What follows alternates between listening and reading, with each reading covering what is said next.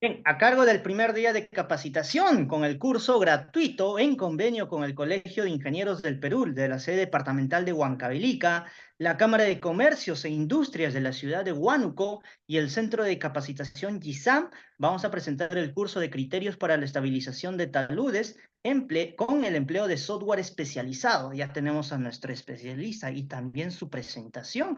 Él es el ingeniero Jonathan Mendoza Chávez. Él es ingeniero geotécnico egresado de la Facultad de Ingeniería Civil de la Universidad Nacional de San Agustín, Arequipa.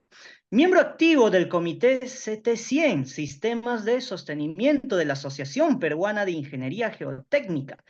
Cuenta con experiencia en proyectos de estabilización de taludes, de obras de infraestructura vial y minería en Perú, Colombia y Ecuador. Ha sido responsable de la implementación de sistemas de gestión de la calidad bajo estándares ISO 9001 y PMI.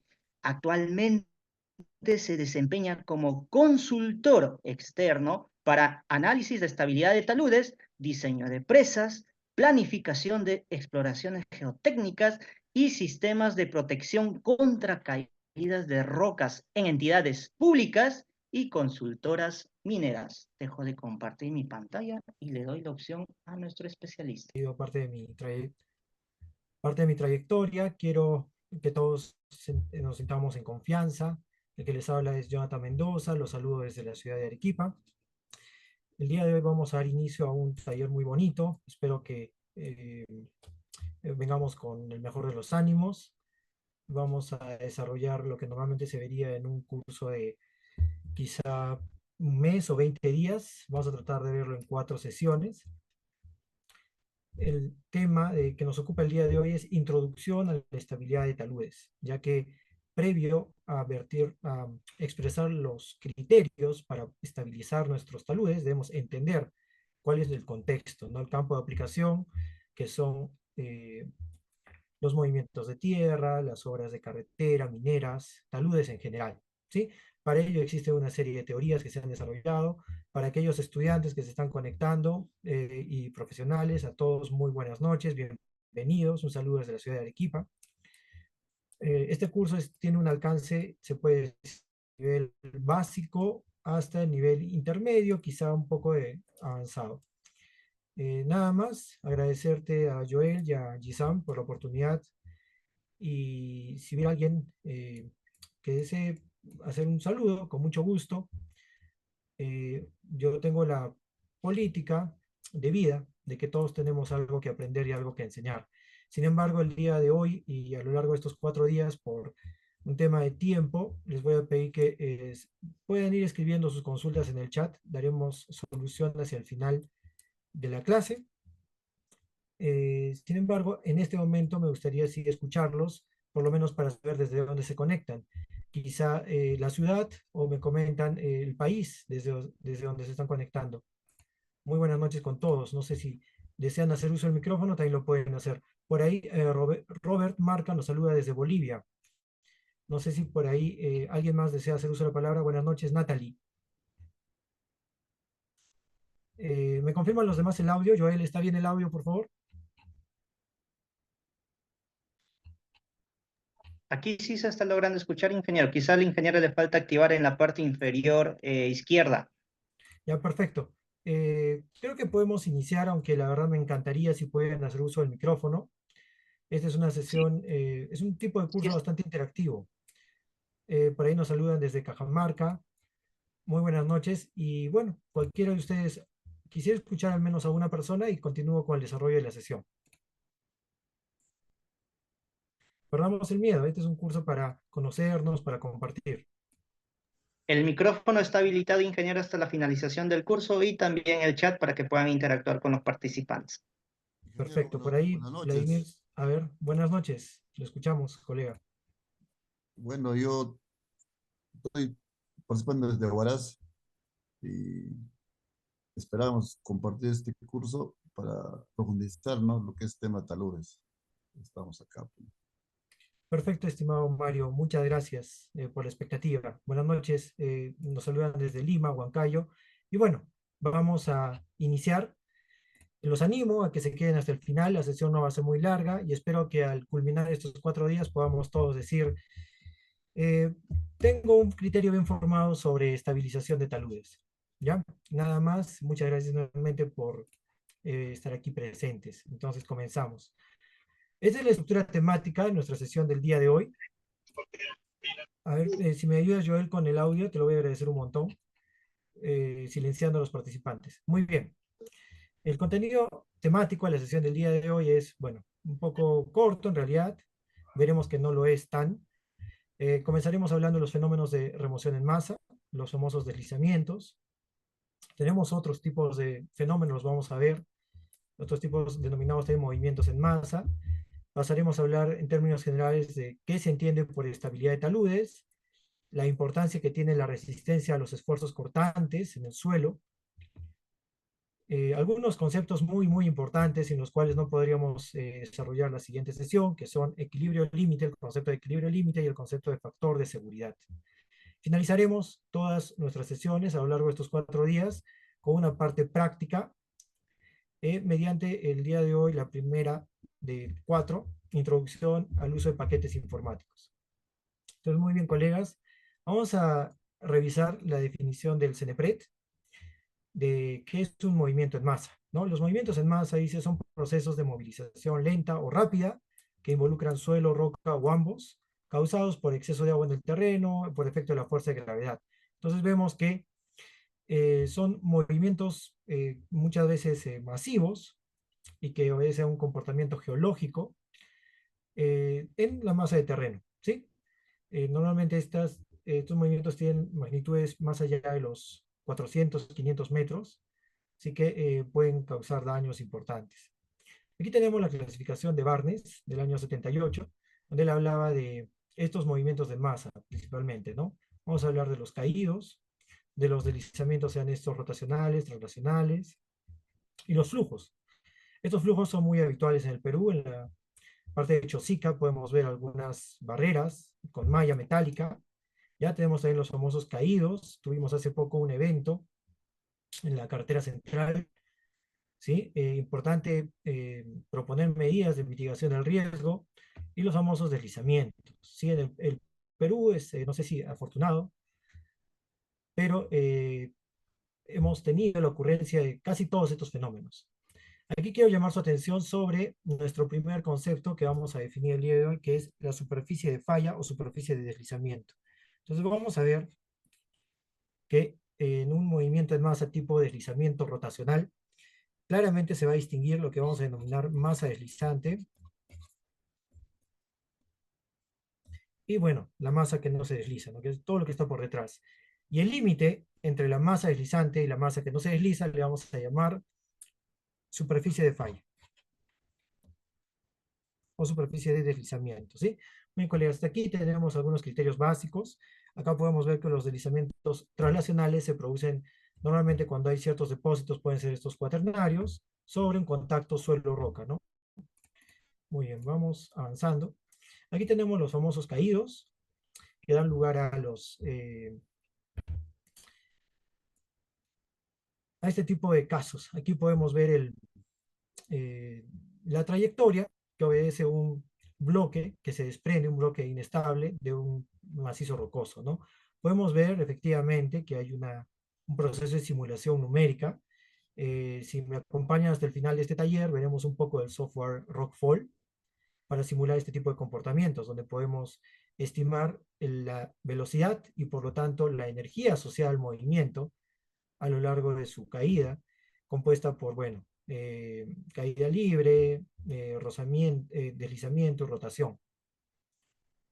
Perfecto, colegas. A ver, un segundo.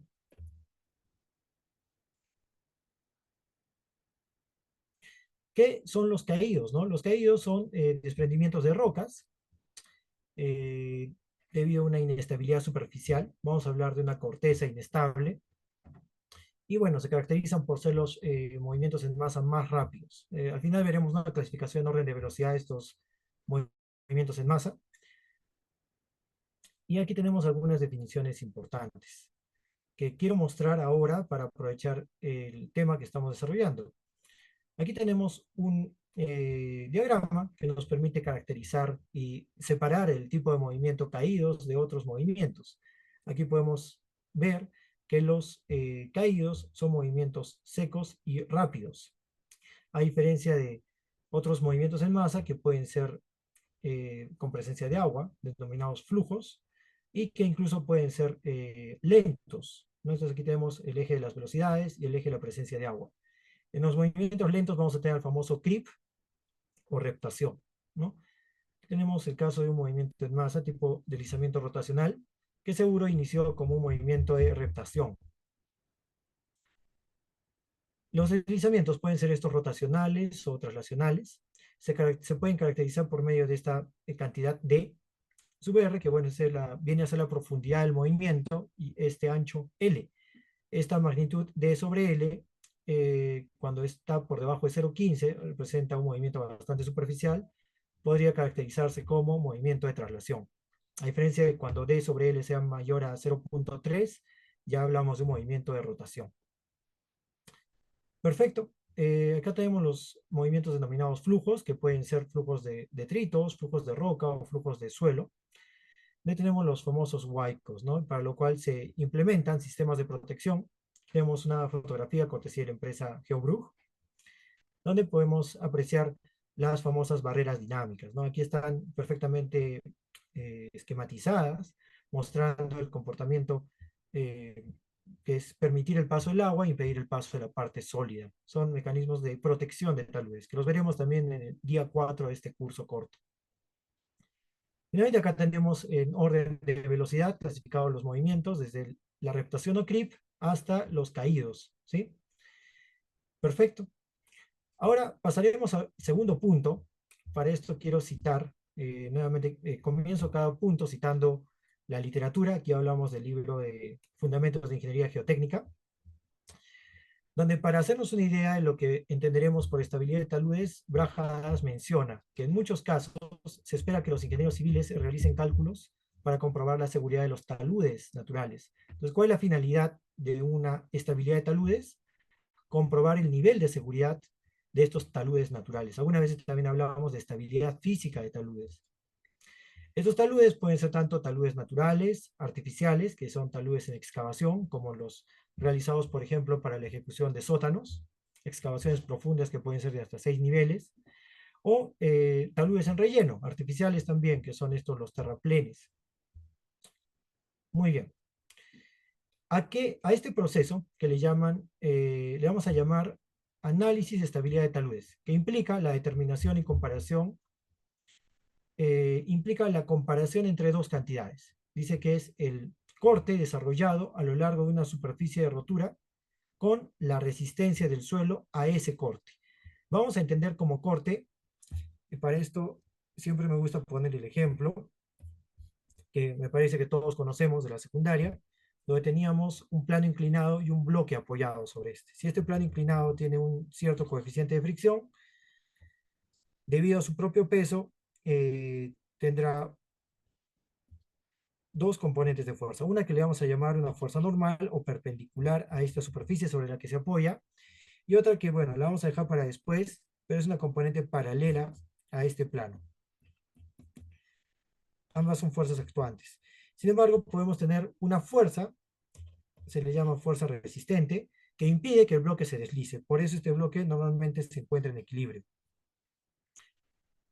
Aquí ya podemos apreciar el principio de la estabilidad de taludes, donde imaginemos, vamos a dividir, ya habíamos presentado la masa deslizante, vamos a dividir esta masa deslizante en unas pequeñas franjas, les podemos llamar rebanadas, donde cada una de estas se va a comportar como si fuera un bloque sobre un plano inclinado, de manera que a lo largo de su base también va a haber una cierta resistencia al movimiento. A esa resistencia nos referimos, o se refiere Brajadas cuando habla del análisis de estabilidad de taludes, ¿sí? El análisis de estabilidad de taludes no es más que comparar, ¿sí? Como está acá, la resistencia máxima que ofrece el terreno al deslizamiento versus las fuerzas actuantes, porque debido a este peso, por ejemplo, va a haber una componente de fuerza que tiende a producir el deslizamiento. Entonces, hasta aquí un poco para introducirnos al tema de estabilidad de taludes. No se olviden, pueden dejar sus consultas al interno y las leeremos y les daremos respuestas al final de la exposición. Muy bien. Aquí tenemos, como habíamos dicho, los taludes que pueden ser estos naturales, denominados laderas, y los artificiales, que normalmente obedecen a un cierto diseño geométrico, diseño geotécnico. Tenemos una cierta pendiente predominante, en donde considero importante mencionar lo siguiente. El concepto de talud no es esta línea, ni es esta, curva, sino más bien representa la masa, digamos en términos de kilogramos, o el volumen en términos de metros cúbicos, comprendida entre dos niveles o cotas, ¿no? Aquí podemos tener una cota 1 y una cota 2, entonces el talud será toda la masa comprendida entre ambas cotas. Por ahí, también para que nos vayamos ubicando, ¿a qué nos referimos cuando hablamos de talud? ¿Sí? Perfecto. En general, ¿para qué sirve este análisis? Dice que las técnicas de análisis de estabilidad de taludes van a buscar, como ya habíamos hablado, van a tratar de estimar el grado de seguridad de las laderas o taludes artificiales. Nos puede servir también una técnica de análisis de estabilidad de taludes para proyectar taludes nuevos, como acabamos de ver, un talud artificial para que satisfaga cierta garantía de estabilidad. Y eso lo vamos a ver por medio del factor de seguridad. En nuestro Reglamento Nacional de Edificaciones, como es de conocimiento general, existe una norma, que es la norma S250. Sin embargo, tenemos otras normas y todas ellas nos hablan de un factor de seguridad mínimo, ¿sí? Para garantizar la estabilidad, que es de lo que estábamos hablando en este momento. Y finalmente, también nos van a permitir proponer medidas de reparación para taludes deslizados. Así que muy importante para la industria en general, esta técnica o estas técnicas de análisis de estabilidad de taludes. Introduzcámonos de manera muy breve a lo que ya habíamos presentado, que son las superficies de deslizamiento. Aquí podemos apreciar un movimiento rotacional en el que posiblemente esta superficie, esta línea, en esta vista 2D, vaya a asemejarse a un arco de circunferencia, ¿sí? Pero también podemos tener superficies de falla no circulares. Aquí tenemos un ejemplo de deslizamiento traslacional, donde seguramente el contacto suelo-roca era muy superficial y no daba espacio para que se desarrolle, como podemos ver, toda la masa deslizante. Y aquí tenemos el caso intermedio, ¿no? Si bien es cierto, hay un macizo rocoso, pero no está suficientemente profundo para que sea una falla rotacional perfecta, ni suficientemente superficial para que sea una falla translacional. Por lo tanto, hablamos de que también en la naturaleza se presentan superficies de falla no circulares. Aquí podemos ver en este caso, tenemos un arco de circunferencia, otro arco de circunferencia y una recta. Los primeros intentos para estudiar las superficies de fallas circulares se dieron por medio del ingeniero Felenius, como tenemos conocimiento, ¿no? Es muy conocido este ingeniero, que allá por los años 20 estudia un puerto de Gotemburgo. Este puerto da lugar a una serie de artículos. Aquí tenemos una captura del artículo original de Peterson, donde ya apreciamos la aplicación de la técnica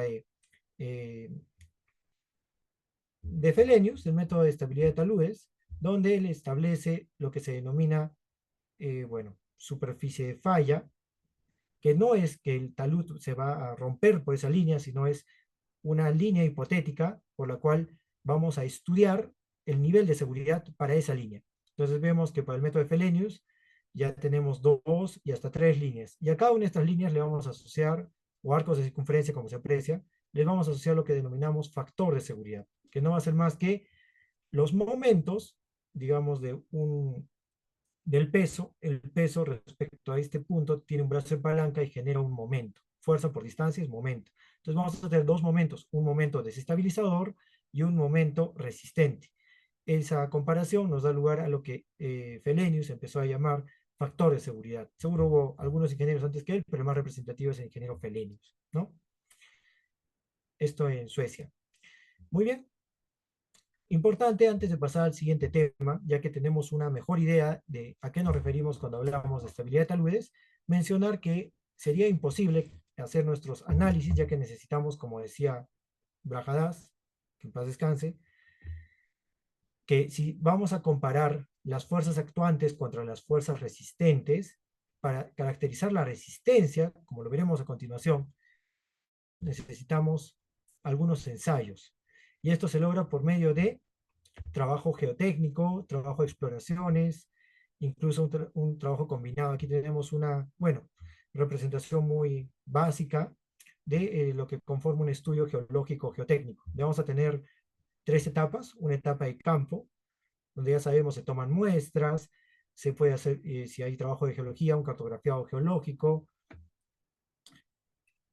lo cual requiere un trabajo previo de gabinete. En este trabajo previo seguramente se va a hacer una revisión bibliográfica, y también hay un trabajo ya posterior, un trabajo de gabinete, en el que se van a procesar los resultados provenientes de las muestras que se han enviado al laboratorio. Ya se corren los análisis de estabilidad de taludes, propiamente dicho, se redacta el informe y se completan los mapas temáticos si hubiera, ¿no?, en la especialidad de geología.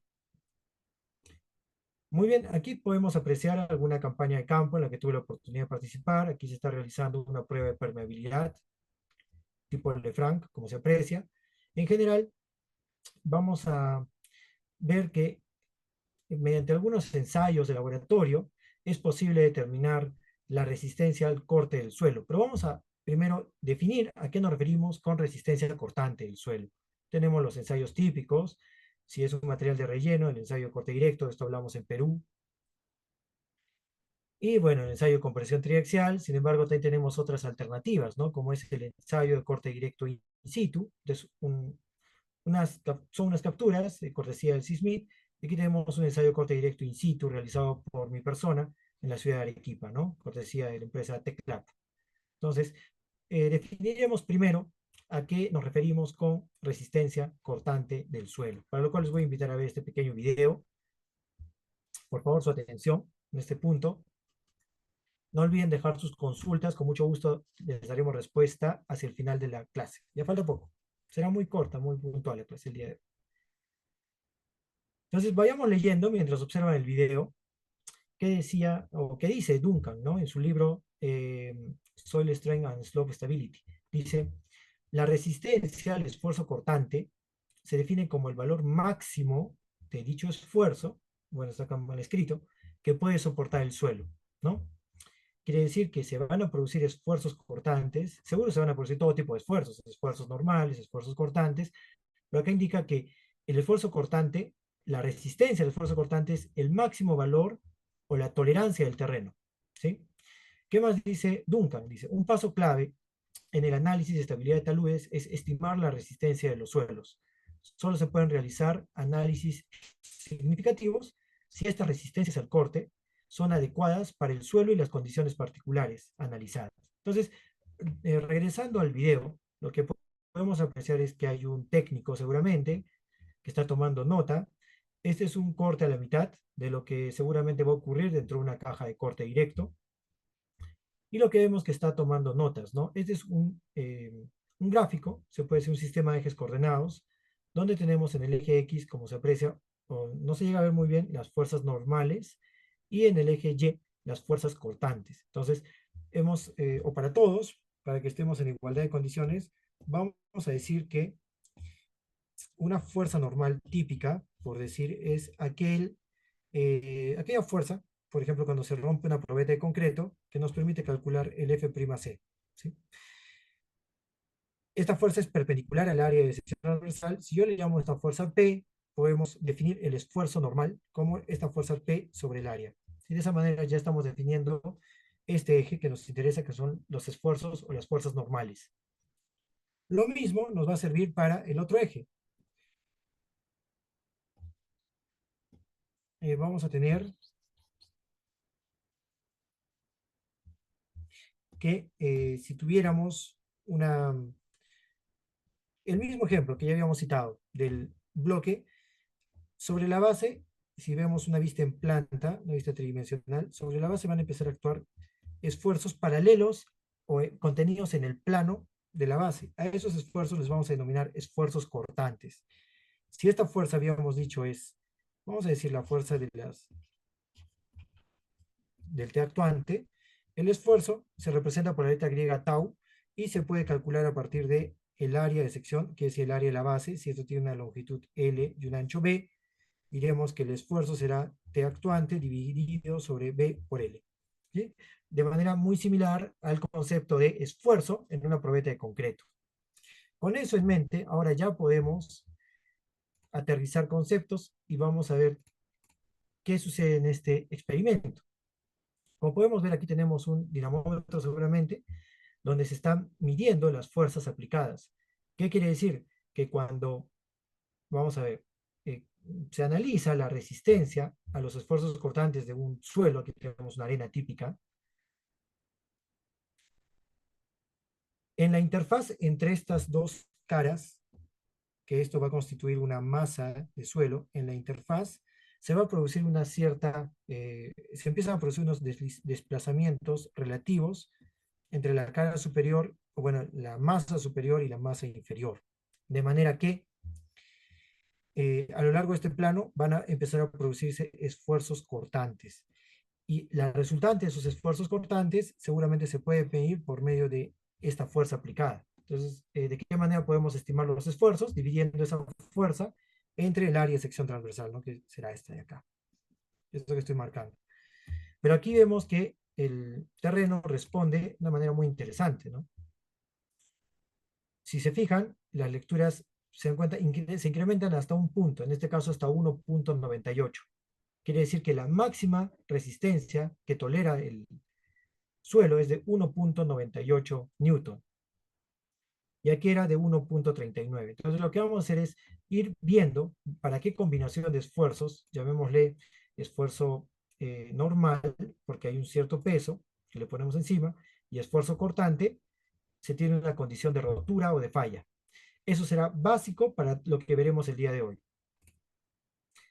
Si nosotros graficamos estos puntos, podemos alinear, por ejemplo, aquí teníamos el valor de 1.39, seguramente para 1 newton, y el valor de 1.98 para 2 newton. Y así podemos ir graficando los diferentes puntos. Lo que vamos a llegar es a un envolvente de falla. Así se denomina y así lo pueden encontrar en sus reportes, resultados de laboratorio, el ensayo corte directo. Esta recta se puede representar, ¿no? Como ya sabemos, por medio de su ecuación básica, y igual a mx más b, en donde ahora el eje y será un esfuerzo cortante, le vamos a llamar un esfuerzo cortante resistente, y el eje x será un esfuerzo normal. Por lo tanto, los x se convierten en esfuerzos normales y los y en esfuerzos cortantes. A esta pendiente la vamos a representar por medio de la tangente del ángulo que forman. Por conveniencia le voy a llamar phi. Por lo tanto, la ecuación completa sería, ¿no? Tangente de phi por esfuerzo normal más, y a esta cantidad le vamos a llamar C, donde estas dos cantidades, les voy a sombrear, phi y C, les vamos a llamar parámetros resistentes del criterio, digamos, de Moore-Coulomb, así se le llama. Por lo tanto, si queremos estudiar la resistencia al terreno, podríamos hacerlo por un experimento similar al que se estuvo mostrando, ¿sí? Y el resultado va a ser un envolvente de falla, que nos va a permitir finalmente expresar esa resistencia en términos de un valor que se llama ángulo de fricción interna y otra cantidad que se llama cohesión. ¿Qué característica tiene la resistencia del suelo? A diferencia del concreto, como ustedes saben, el concreto tiene una resistencia y ya, podemos decir F'C igual a 210 kilos por centímetro cuadrado. Aquí ocurre algo bastante interesante. Ocurre que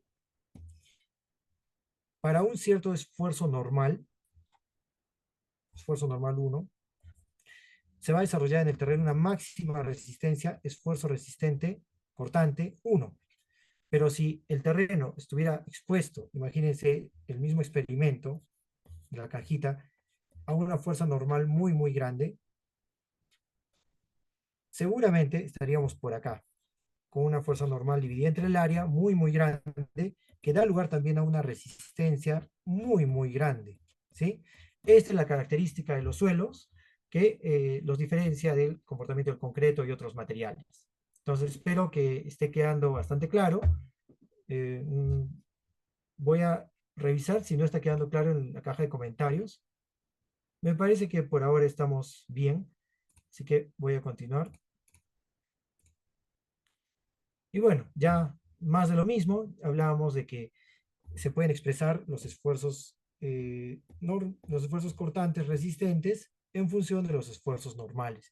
Ya lo hemos expresado por medio de una gráfica, no es necesario escribir la ecuación, ¿no? Sabemos que este ángulo es phi, este intercepto se le llama c, este eje le vamos a llamar esfuerzos normales actuantes y este otro eje le vamos a llamar esfuerzos resistentes. Nada más, colegas. Y ya hay muchas maneras de determinar esas cantidades. Una de ellas es el ensayo de corte directo. Muy bien. Como decíamos, existen otros ensayos, como el ensayo de compresión triaxial. Existen ensayos para evaluar la resistencia in situ del terreno, en algunos casos necesario, indispensable, como este que es el ensayo de corte directo in situ, donde podemos observar brevemente de que se aplica una carga normal y vamos a evaluar para esa carga normal la máxima resistencia bueno, de una fuerza lateral, ¿no? Que da lugar a esfuerzos cortantes. Entonces tiene mucho sentido este ensayo. Y bueno, cualquier alcance me lo pueden seguir consultando. Al final van a aparecer mis datos de contacto, con mucho gusto, colegas. Entonces, ahora sí, con toda propiedad podemos empezar a hablar de estabilidad de taludes, ¿sí? Aquí les presento una clasificación de los métodos de cálculo para evaluar la estabilidad de taludes, donde se nos está pasando el método de análisis límite, que bueno, tiene un valor puramente teórico y bueno, con fines de investigación. Los dos principales métodos para la evaluación de estabilidad de taludes o la metodología de cálculo vienen a ser el método llamado equilibrio límite y los métodos basados en cálculo de deformaciones, o que hacen uso de manera auxiliar del cálculo de deformaciones. Aquí están, por ejemplo, los programas FlagSlope, Flag2D, Flaxis, etcétera, etcétera. Aquí tenemos nuestros famosos programas Geo5, GeoStudio, Slide, etcétera, etcétera. ¿Sí? Midas, y la mayoría de software utiliza esta metodología denominada equilibrio límite. ¿Pero qué es? ¿No? Antes de pasar a hablar de métodos numéricos o elementos finitos, entendamos qué es el método de equilibrio límite. Para lo cual aquí les he puesto un esquema bastante ilustrativo, tomado del libro de Abramson, de estabilización de taludes, pero vamos a leer qué es lo que nos dice el Instituto Geológico y Minero de España. Esta publicación es quizá de las más interesantes que existen en español. Demos lectura brevemente. Respecto al cálculo de, bueno, evaluación de estabilidad de taludes, menciona lo siguiente. Habitualmente, los métodos de cálculo de estabilidad de taludes naturales y artificiales se basan en las teorías del equilibrio límite, que consisten en suponer que se puede movilizar o se puede producir la máxima resistencia al corte a lo largo de toda la superficie de deslizamiento. De aquí, ¿qué conocemos? Conocemos la superficie de deslizamiento, ¿sí, colegas? Aquí, por ejemplo, vemos un arco de circunferencia, aquí vemos una línea recta, aquí vemos una línea. No sabemos si es necesariamente un arco de circunferencia. Pero ¿qué dice, no? Que estos métodos se basan en las teorías de equilibrio límite. Acá dice, vamos a suponer que se produce la máxima resistencia del terreno a lo largo de toda la superficie de falla. ¿Qué más dice? Sigamos leyendo. Dice, en los métodos de equilibrio límite, la seguridad del talud se puede cuantificar por medio de una cantidad que vamos a llamar factor de seguridad, que se define como el cociente, esto lo vamos a ver en un momento de manera numérica, aquí está también, se define como el cociente entre la resistencia al corte a lo largo de la superficie de deslizamiento y la resistencia, o bueno, la fuerza necesaria para mantener el equilibrio de la masa deslizante. Aquí ya podemos identificar otra cantidad, que es la superficie de falla. Podemos identificar la fuerza en la base. Tenemos aquí una fuerza debida al peso, seguro se va a descomponer en una fuerza normal, y esto se asemeja perfectamente a un bloque inclinado, un bloque sobre un plano inclinado. Entonces, les voy a pedir que con fines de didáctica podamos, si se quiere, memorizar la siguiente analogía, que viene a ser en realidad muy útil. Voy a seguir citando el ejemplo del plano inclinado, me parece muy académico, en donde si nosotros tenemos una fuerza normal actuante, lo que vamos a poder desarrollar como máximo una fuerza normal, una fuerza resistente igual a mu por la normal, ¿sí? Eso sí lo sabemos. Pero no nos damos cuenta de su verdadera importancia, en el sentido que esta componente mu depende del rozamiento que puede haber, ¿sí?, en la superficie. Y esta fuerza normal proviene del peso. ¿Qué quiere decir? Que esta fuerza T actuante podría ser incluso menor que la fuerza resistente. ¿Y qué implica ello, colegas? Ello implica que en algún momento yo puedo aplicar un peso adicional. Le voy a llamar una fuerza F adicional. De manera que yo puedo alcanzar el equilibrio tal que ante la aplicación de una fuerza suficientemente grande, voy a escribirlo acá, F adicional más T actuante, sea exactamente igual a mu por la normal. ¿Sí? Exactamente igual a mu por la normal. ¿Qué quiere decir? Que en realidad, para que este bloque esté en equilibrio, la fuerza resistente desarrollada puede alcanzar como máximo el valor mu por la normal. No quiere decir que sea exactamente mu por la normal. Si se dan cuenta, al calcular mu por la normal, esta fuerza resultaría mayor que esta, lo que implicaría que el bloque esté en movimiento. Pero no, las leyes de estática nos dicen que las fuerzas a lo largo de este eje, que le puedo llamar Y positivo, sumatoria de fuerzas en Y, debe ser igual a 0. ¿Sí? De aquí que vamos a proponer, o vamos a asumir por ahora, que el factor de seguridad es la cantidad de veces que hay que amplificar la fuerza T actuante para que se haga igual a la máxima resistencia, le vamos a llamar FR máximo. No sé si ahora me gustaría que me puedan comentar, de ser posible al micrófono, si este criterio que se les está comentando resulta claro. ¿Qué es el factor de seguridad? De hoy en adelante, vamos, para este taller, vamos a decir que el factor de seguridad es la cantidad de veces por las que hay que multiplicar la fuerza T actuante para que se haga igual a la máxima resistencia del terreno. ¿Queda claro ese concepto, colegas? Si pudieran hacer uso del micrófono, se los agradecería. Con mucho gusto, toda la confianza. Sí, ingeniero, está claro. Perfecto, perfecto. Ese concepto será clave para lo que vamos a ver el día de hoy. Muy bien. Y ya tenemos definido, si se dan cuenta, el factor de seguridad. ¿Qué nos falta definir o precisar hasta cierto punto en qué consiste la técnica de equilibrio límite y qué la hace diferente de otras metodologías, como puede ser la técnica, bueno, que hace uso de métodos numéricos? Vamos a ver. Ya habíamos hablado de estos métodos numéricos. Lo que no habíamos dicho es que asumen que todo el medio se plastifica al mismo tiempo. Y bueno, por una solución de las ecuaciones de elasticidad, llega a un comportamiento, bueno, crítico, en el cual se producen, se iguala la resistencia a las fuerzas actuantes, y eso le denominamos, bueno, condición eh, de falla o de rotura, ¿sí? Ahora, tenemos el método de equilibrio límite, en donde básicamente, y es lo que hace la mayoría de softwares, asume una geometría de la superficie de falla, ¿sí? Puede decir que partimos de una cierta geometría. Para esa geometría vamos a ver que existe una manera de calcular el factor de seguridad y nos quedamos con ese valor.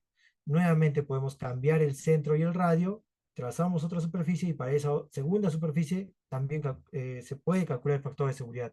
Comparamos estos dos valores, del menor vamos separando y vamos filtrando hasta decir que el menor factor de seguridad corresponde al factor de seguridad del talud.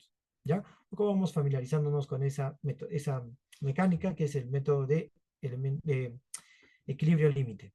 ¿Por qué más se caracteriza esta técnica denominada equilibrio límite? Se caracteriza porque se basa únicamente en las leyes de la estática. ¿Qué quiere decir? Que no podemos asumir escenarios constructivos o etapas constructivas, ¿no? Que no hay trayectoria de esfuerzos, que no hay evolución, sino todas las fuerzas se aplican al mismo tiempo, ¿sí? ¿Qué más supone el método de equilibrio límite para estabilidad de taludes? Que si ustedes se dan cuenta, no sé si por aquí les mostraba el esquema, lo voy a volver a mostrar por acá. Cada una de estas rebanadas va a comportarse como un bloque apoyado sobre un plano inclinado. Por lo tanto, va a tener su propio valor de fuerza normal y su resistencia igual, por ejemplo, a mu por la normal. ¿Qué quiere decir? Que este bloque más pequeño, por ejemplo, este de acá, va a tener una fuerza normal 2, digamos, mucho menor, y por lo tanto va a tener una fuerza resistente también mucho menor. Lo que dice la metodología de equilibrio límite es que el factor de seguridad para cualquiera de estas rebanadas, sea esta o sea esta de acá, el factor de seguridad es el mismo, sin importar que aquí estemos hablando de una masa grande y aquí estamos hablando de una masa pequeña. Recordando la definición que hemos dado hace un momento de factor de seguridad, ¿no? Factor de seguridad es igual a la cantidad de veces por las que hay que multiplicar una fuerza actuante para que se iguale a una fuerza máxima resistente. ¿No?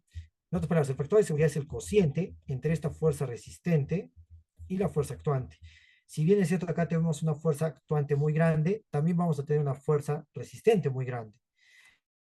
Acá vamos a tener una fuerza actuante pequeña, pero también una fuerza resistente pequeña. De manera que para esta rebanada, el factor de seguridad será factor de seguridad 2. Para esta rebanada, el factor de seguridad será factor de seguridad 1. Pero el método de equilibrio límite asume que el factor de seguridad 1 es igual al factor de seguridad 2. Entonces, el criterio nos debe quedar suficientemente claro. Ya lo que decíamos, ¿no?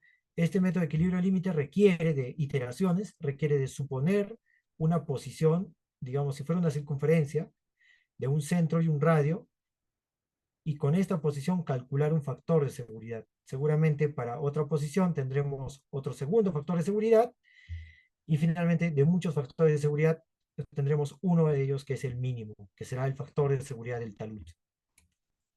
Así que como vamos con el tiempo, creo que estamos muy bien. Tenemos, bueno, estimo que la clase dure unas 1 hora y 45 aproximadamente. Vamos a aterrizar estos conceptos. A mí me gusta mucho la parte matemática. Entonces se van a dar cuenta que la matemática no es nada complicada, sino por el contrario nos da luces sobre el comportamiento real, en este caso de los suelos. Entonces, el primer caso que vamos a estudiar, yo diría el único, es el caso de talud infinito para el método de Fellenius. Bueno, van a darse cuenta que ni siquiera es eso. Un talud infinito, ya hemos dicho, es este caso en donde va a haber una superficie de falla que, bueno, de forma irregular, pero que, ya hemos dicho, separa la masa deslizante de la masa que no se desliza. Y si se dan cuenta, yo puedo hacer una vista de zoom y voy a tener lo siguiente, ¿no? Voy a tener, en primer lugar, puedo dibujar el talud de color verde, por decir, el contacto suelo-roca, que estaría por acá. Y ya, lo que vamos a tener es esta superficie de falla de color rojo que pasa por la base, que viene seguramente por acá, se prolonga. Y esto va a ser lo que nos va a interesar. Para estudiar ese comportamiento necesitamos aplicar lo que hasta ahora hemos aprendido de manera muy básica, se van a dar cuenta, no es para nada complicado, de la siguiente manera. Imaginen, y esta ecuación nos servirá para las 4 sesiones, bueno, las 3 sesiones siguientes, será la siguiente manera. Si tenemos aquí una masa de suelo, esta masa de suelo en primer lugar tendrá un volumen, y este volumen vendrá dado por el área del paralelogramo, que es, si esta altura es h y esta longitud es l, será el área, hemos dicho, por una cantidad perpendicular a la pantalla, le podemos llamar b, por el peso específico. Perdón. Esta cantidad será el peso que nos va a servir para nuestro cálculo. El volumen por el peso específico. ¿Ya? Hasta ahí estamos, creo, bien, no hay ningún problema. Lo siguiente será decir que esta área no es otra cosa más que h por l. ¿Sí? Normalmente se asume esta profundidad perpendicular a la pantalla unitaria, entonces vamos a poner 1 por ahora, por el peso específico. ¿Qué más? ¿Qué más podemos decir, colegas? Acá podemos decir que este peso va a tener dos componentes, como está acá, ¿no? Una componente que va a producir el deslizamiento y otra componente normal que, como ya vimos, va a dar lugar a una resistencia. La resistencia la voy a poner de color azul, será esta de acá. Y esta resistencia se puede calcular quizá como muy por la normal, ¿no? Pero como ya estamos en una segunda etapa, ya pasamos el colegio, ahora vamos a decir que es un esfuerzo resistente multiplicado por el área de la base. Y el área de la base será, si esta longitud es L, vamos a demostrar, no vamos a demostrar, pero esto es igual a L secante de beta. Se puede demostrar, donde beta es la inclinación del talud. Entonces, el área de la base, recordemos que también hay una profundidad perpendicular a la pantalla, será L secante de beta por una profundidad unitaria, 1. ¿Sí? Así vamos a tener una fuerza resistente máxima, donde esta resistencia no es otra cosa más que lo que ya vimos, ¿sí? Para este valor de esfuerzo normal, producto de esta fuerza, el valor resistencia del suelo. Y ya, con esas dos cantidades podemos arribar a nuestra expresión más importante para este curso. Así de sencillo, colegas. La expresión más importante será el factor de seguridad de un, bueno, talud con geometría cualquiera, arbitraria. Lo vamos a ver. Entonces, vamos a comenzar diciendo que el factor de seguridad, multiplicando las fuerzas T actuantes, esta fuerza que es una de las componentes del peso, llegaría a igualar la máxima resistencia. Ya está. Nos vamos a basar en ello para lo que se indica en este momento. Ya está. Finalmente, ¿qué decimos? Que el factor de seguridad son las fuerzas resistentes, que ya hemos visto, es el esfuerzo resistente por el área, dividido entre las fuerzas actuantes. Pero las fuerzas actuantes son directamente la componente del peso. Aquí vamos a ver un aspecto muy importante, que es que este peso se puede descomponer en una componente normal y una componente paralela al plano del deslizamiento, donde este ángulo, que es este mismo ángulo que forma la perpendicular con una vertical es beta. El mismo ángulo de inclinación, voy a cambiar de color. Este mismo ángulo de inclinación, beta, nos permite concluir que la fuerza T actuante, si este es un triángulo rectángulo, relaciones trigonométricas básicas, es W por el seno de beta. ¿Sí? Nada más. De aquí que la fuerza T actuante que va al denominador sería W seno de beta. Pero ¿qué nos falta, colegas? ¿Qué nos falta? Decíamos, factores de seguridad igual a la fuerza actuante y acá una fuerza resistente. Esta fuerza resistente era igual a un esfuerzo multiplicado por un área. El esfuerzo lo tenemos acá, nada más, ¿no? Esfuerzo, perdón, acá. Decimos, ¿no? Acá, concentrémonos acá, por favor. Decimos que el esfuerzo normal, el esfuerzo resistente por el área nos da el numerador, ya que el denominador ya lo tenemos. El denominador ya lo tenemos y no es otra cosa que W seno de beta. Ya nos interesa, el numerador es este mismo esfuerzo que es este esfuerzo de acá. Y ese esfuerzo se puede expresar como el esfuerzo normal por la tangente de phi más c. Ya sabemos qué cosa es phi, qué cosa es c, el ángulo de fricción y la cohesión. ¿Qué más podemos apreciar, colegas? Podemos apreciar que el esfuerzo normal, al ser multiplicado por el área de la base, nos da directamente la fuerza normal. De allí, como conclusión directa, tenemos que la fuerza normal, estamos multiplicando esta cantidad por esta cantidad, ¿sí? Entonces, la fuerza normal, tangente de phi, más c por la longitud de la base, o el área de la base, nos dará igual al numerador. Y eso es todo, colegas. Esa es la expresión a la que queríamos llegar. Voy a recapitular un poquito. Vamos a decir que el esfuerzo resistente no es otra cosa más que la fuerza normal multiplicado por tangente de phi más la cohesión por el área de la base. Si eso es cierto, vamos a ver que el factor de seguridad como fuerza normal tangente de phi más c por el área de la base nos permite calcular el factor de seguridad de un talud infinito. Ahora les presento al método de Felenius. El método de Felenius lo vamos a ver directamente con un caso aplicado. Este es un ejemplo tomado del libro de Brajadas, en donde ya podemos empezar a trabajar. Es importante antes de usar un software tener claro el criterio.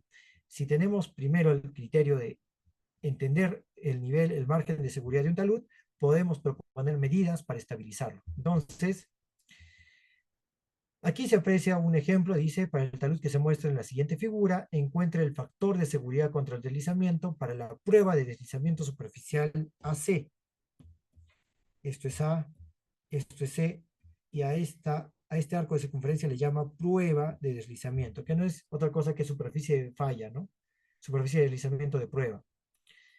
Dice, utiliza el método de dovelas ordinario, que ya hemos dicho, rebanadas o dovelas, y cuando dice dovelas ordinario se refiere al método de Felenius. Que vamos a ver que no hace falta deducir porque ya hace uso de lo que hemos visto. ¿Qué es lo que acabamos de ver? Un poquito para refrescar.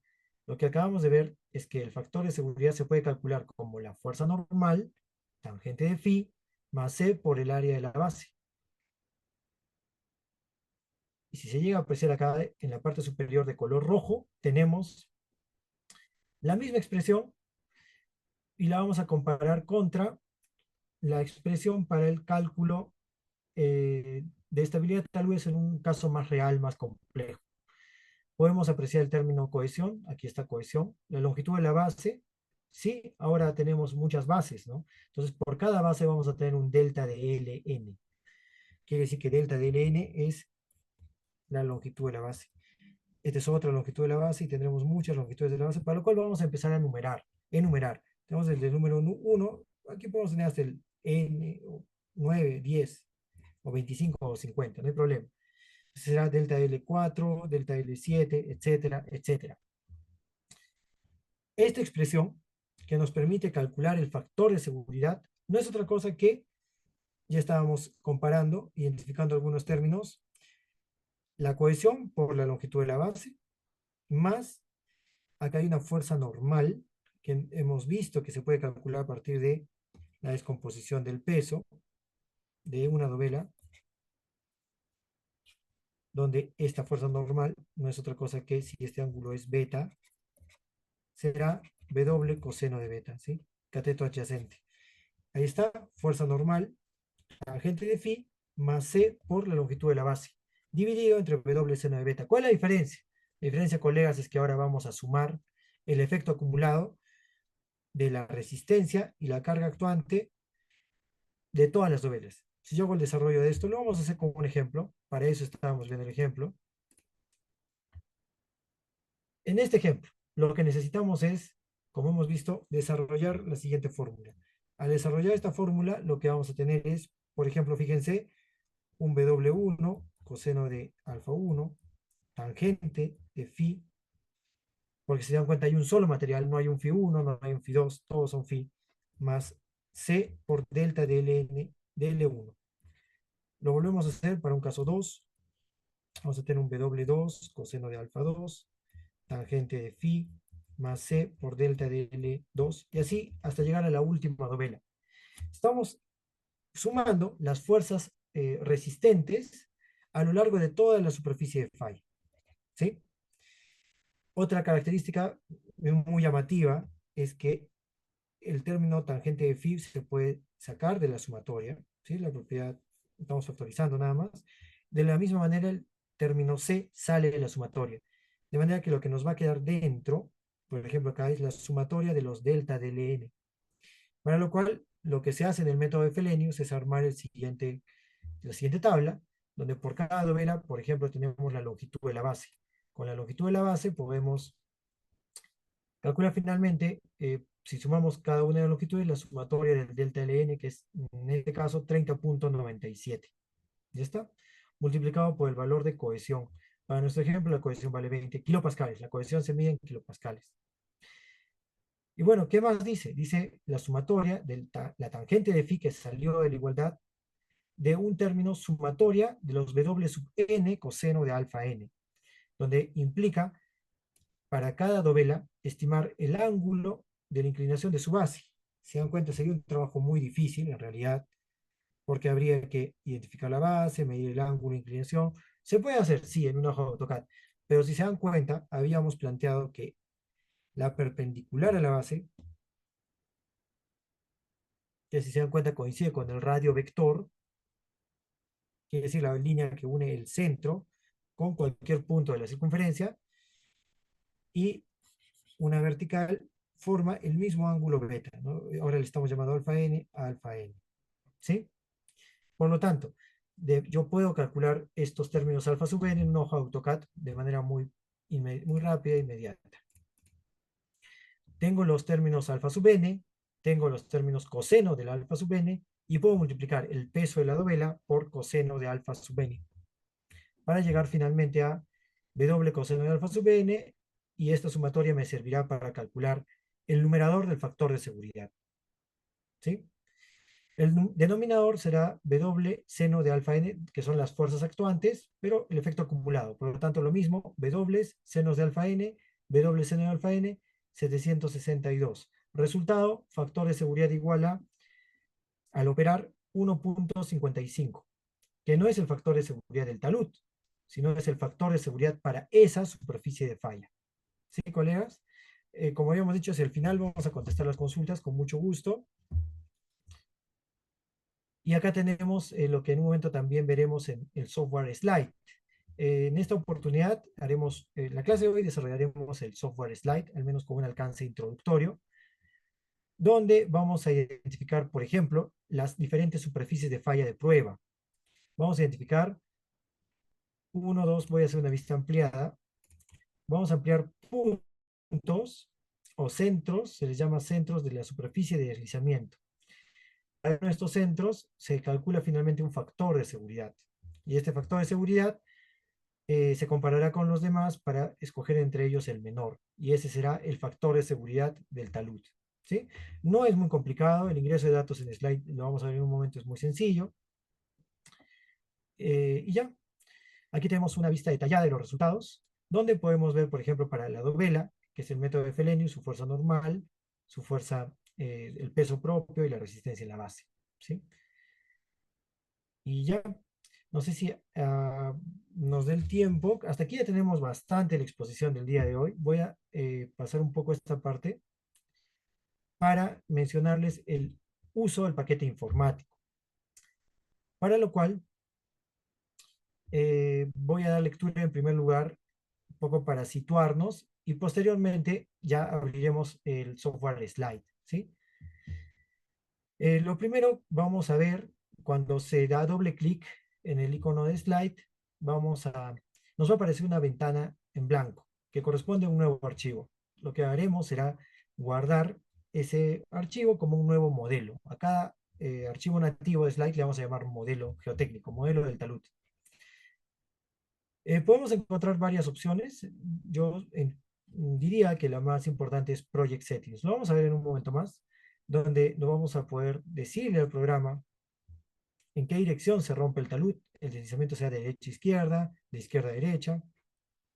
Vamos a poder escoger los métodos de análisis, ya que hemos expuesto hace un momento el método de Fellenius, pero también tenemos otros métodos, ¿no? Como está acá, un poco se los dejo, el método de Bishop, y tenemos otros tantos métodos, ¿no? El método de Morgenstern Price, el método de Jambu, etcétera, etcétera. Con una característica que sí debo mencionar antes de continuar, debo decir que el método de Fellenius, como se pueden dar cuenta, ignora la interacción de las dovelas vecinas, no hay fuerzas. En cambio, el método de Bishop de alguna manera sí toma en cuenta la interacción de dovelas vecinas, con la diferencia que no se satisface el equilibrio. ¿A qué decimos satisfacer el equilibrio, no? Voy a mostrarles en este momento cuáles son las incógnitas globales de un problema de estabilidad de taludes.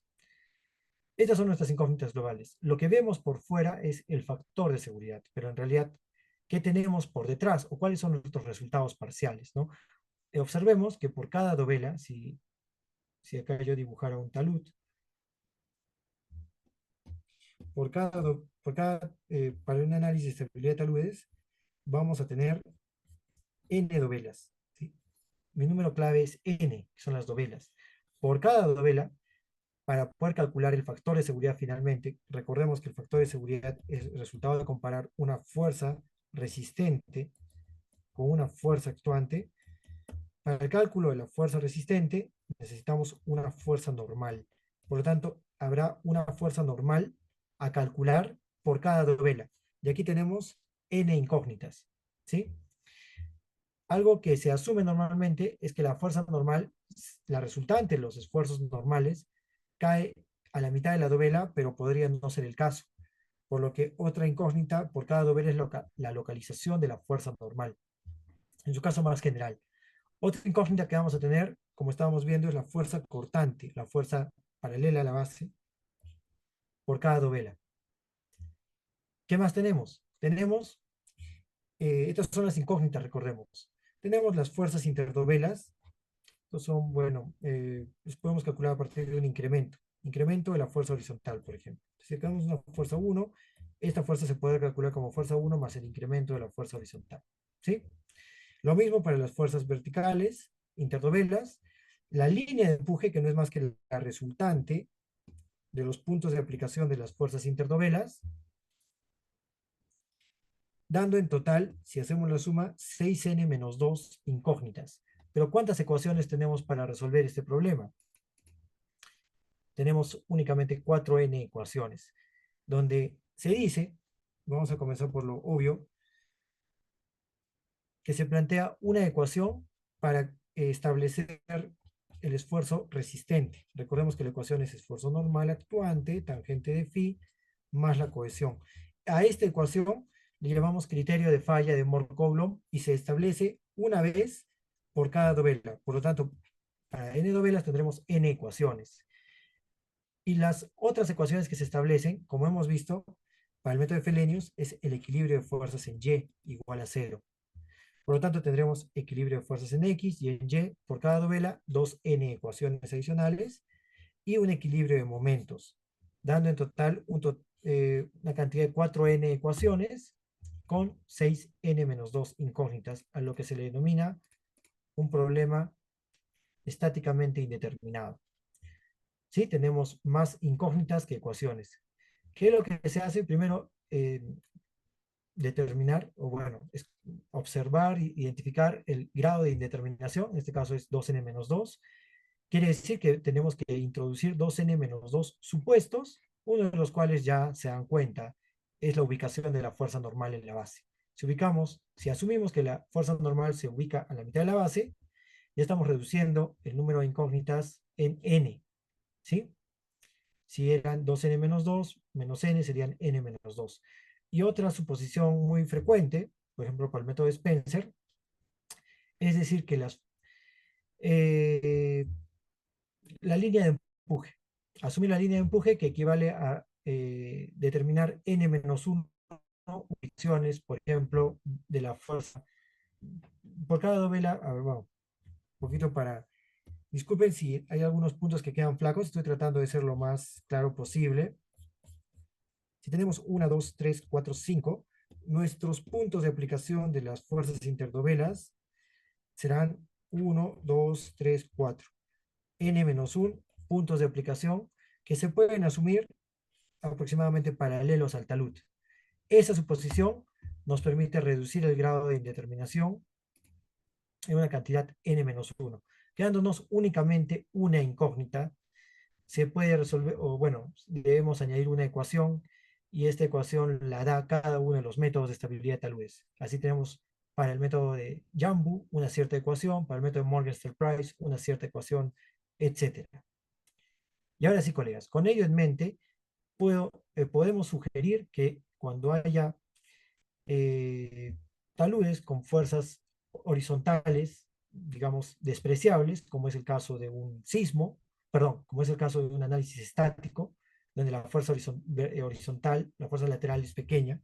Recordemos que tenemos la posibilidad de hacer un análisis de estabilidad tal vez para un caso estático y también para un caso sísmico. Es un caso 1, caso 2 es el caso sísmico. Para el caso estático, podríamos trabajar con el método de Bishop, ya que se dice que el método de Bishop no resuelve o no satisface el equilibrio de fuerzas en X. Eso sucede en el método de Bishop. Si bien es cierto, satisface el equilibrio de momentos y satisface el equilibrio de fuerzas en Y,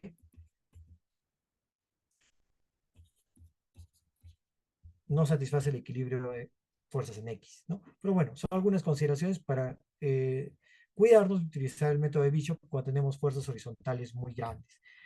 Esto en general, ya no voy a detallar mucho más, les dejo más bien la explicación, la deducción está acá, y el resultado es un poco esta ecuación, ¿no? Que es el factor de seguridad para el método de Bishop, donde podemos ver que dentro de la ecuación entra nuevamente el factor de seguridad, por lo que el método de Bishop es un método iterativo, un método que requiere asumir un valor de factor de seguridad para obtener un factor de seguridad nuevo y nuevamente hacer el trabajo de iteraciones. ¿Sí? Se dice que converge rápido y que da resultados menos conservadores que el método de Felenius. Ahora sí, colegas, podemos dirigirnos al software slide en el tiempo que nos queda. Yo creo que unos 20 minutos van a estar más que bien. Hablábamos de la opción Project Settings para definir los parámetros de nuestro modelo, si es que hubiera agua o no hubiera agua, la dirección de rotura, los métodos que vamos a utilizar, que ya los conocemos, ¿sí? Y el primer paso, más allá de lo que ya hemos dicho, va a ser básicamente el día de mañana, no, seguramente creo que el día de hoy podríamos verlo. Les voy a mostrar no solo el software Slide, sino el software SSAP del ingeniero Lorenzo Borselli, ya que muchas veces en la vida práctica tenemos el problema.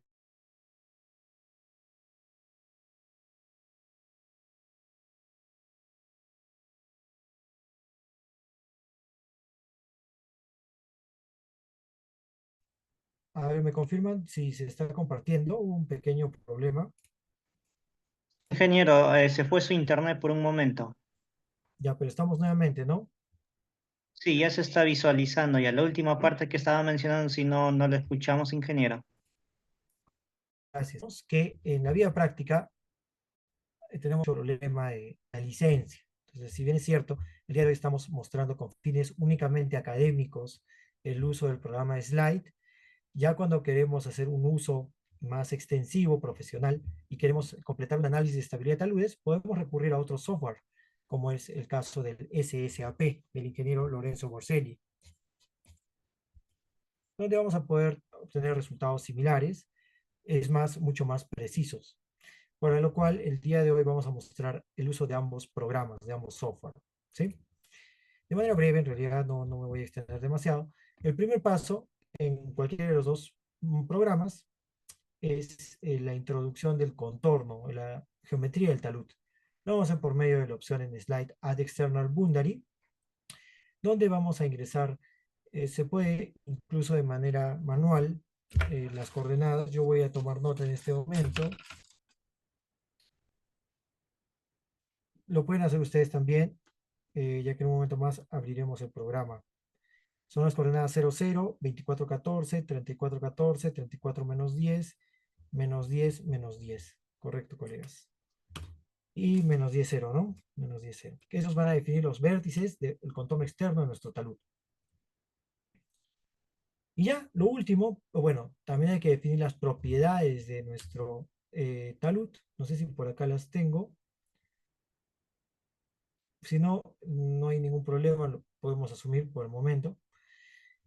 Lo que vamos a hacer es también definir la manera o el método de búsqueda de superficies de falla. Como hemos visto, el más común se denomina grid search y se basa en ir probando puntos de una cuadrícula para ir trazando, por ejemplo, respecto a este punto, a partir de un radio mínimo hasta un radio máximo, diferentes arcos de circunferencia y para cada uno de ellos calcular un cierto factor de seguridad, de manera que el factor de seguridad del talud, perdón, de ese punto, sería uno de ellos únicamente, ¿no? Si tomamos otro punto, por ejemplo acá, será otro, ¿no? Y así. Finalmente, de este mapa, o de esta grilla, de esta cuadrícula, por eso se llama el método Grid Search, podremos calcular por comparación entre todos estos factores de seguridad el mínimo factor de seguridad, que será el factor de seguridad del talud. ¿Sí? Lo haremos en un momento más. Tenemos varios métodos de búsqueda de superficies en slide para superficies circulares. También tenemos búsqueda de superficies no circulares. El software SSAP hace búsqueda de superficies no circulares. El caso más general, el caso más, digamos, sofisticado es hacer una búsqueda por superficies no circulares, ¿no?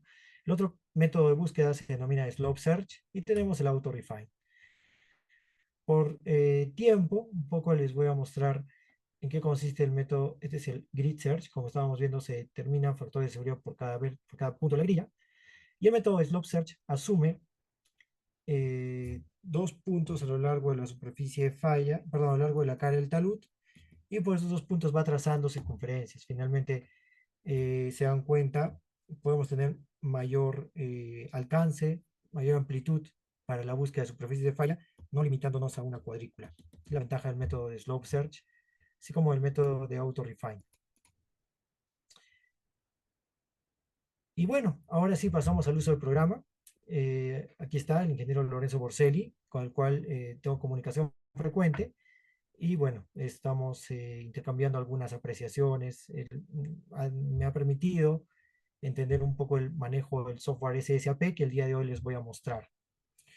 Ingeniero Sebastián Lobo Guerrero, un gran amigo, también ha participado un poco, pero no necesariamente en la sesión del día de hoy. Ya lo veremos en el día 3, en lo correspondiente a criterios para estabilización de taludes.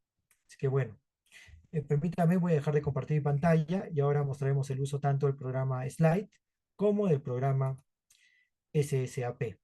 Antes de ello, creo que es oportuno, voy a dar lectura a las preguntas mientras voy compartiendo mi pantalla.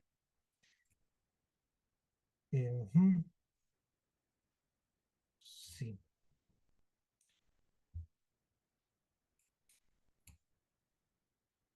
Por ahí leo y me indican.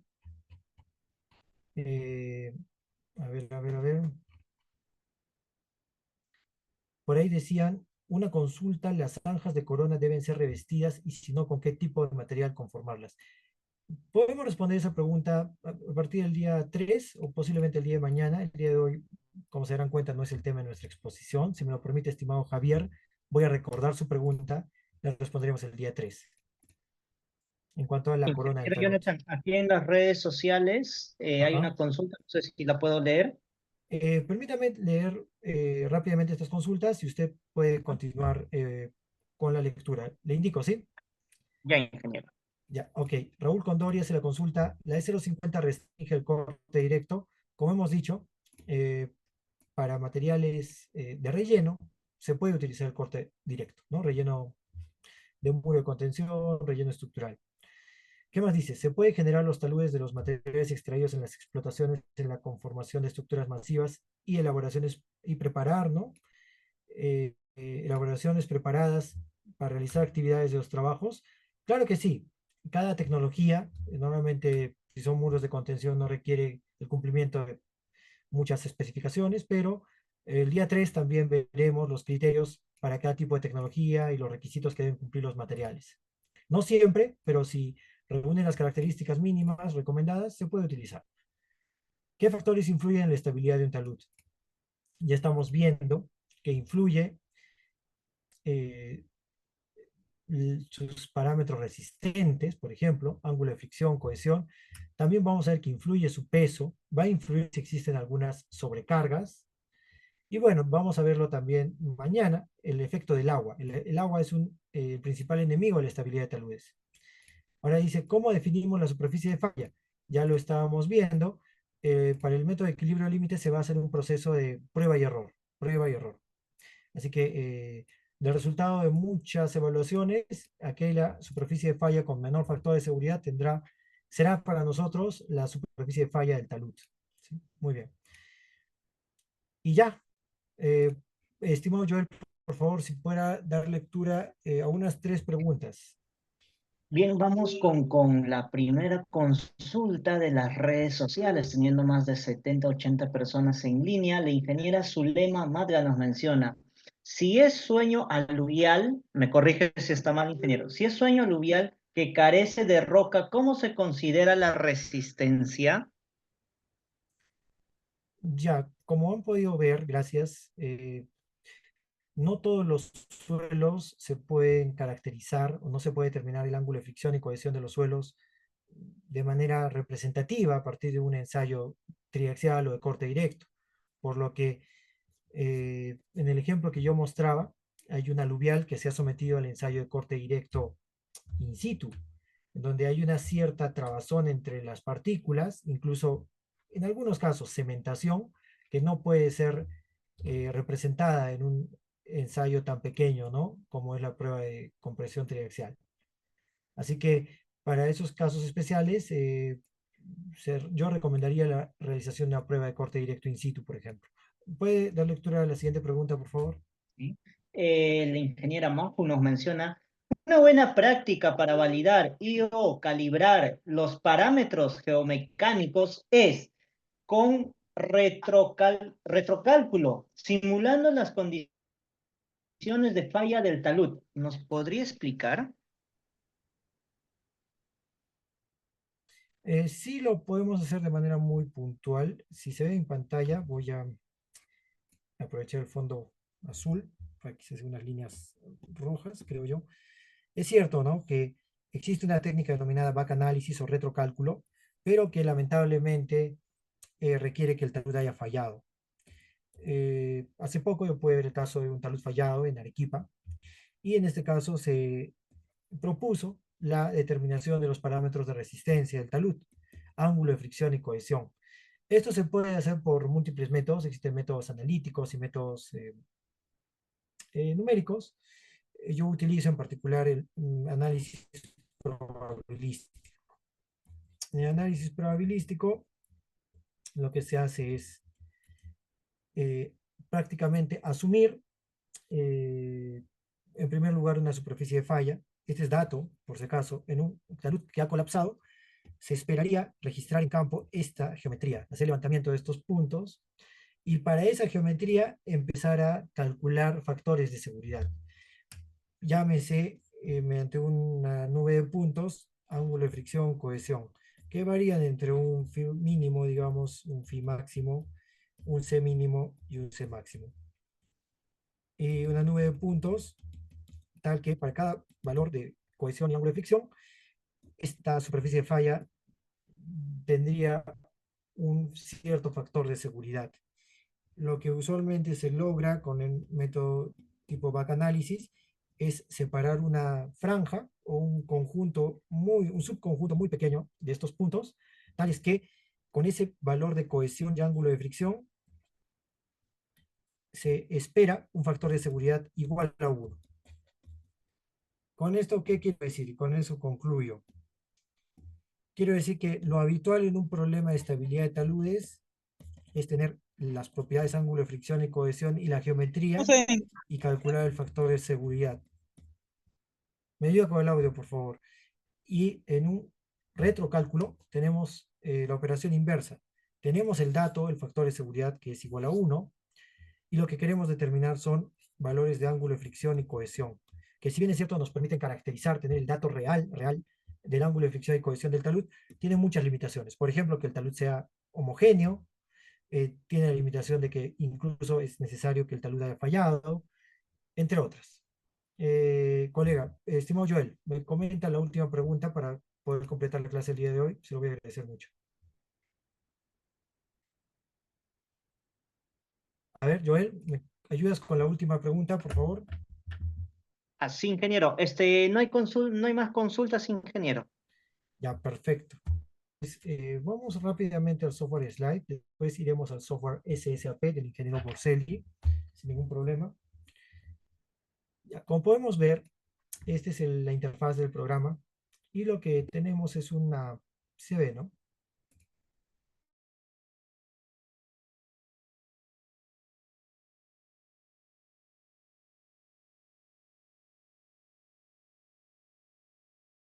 Y bueno, aquí yo voy a crear una carpeta para la clase del día de hoy. Vamos a llamarle día 1.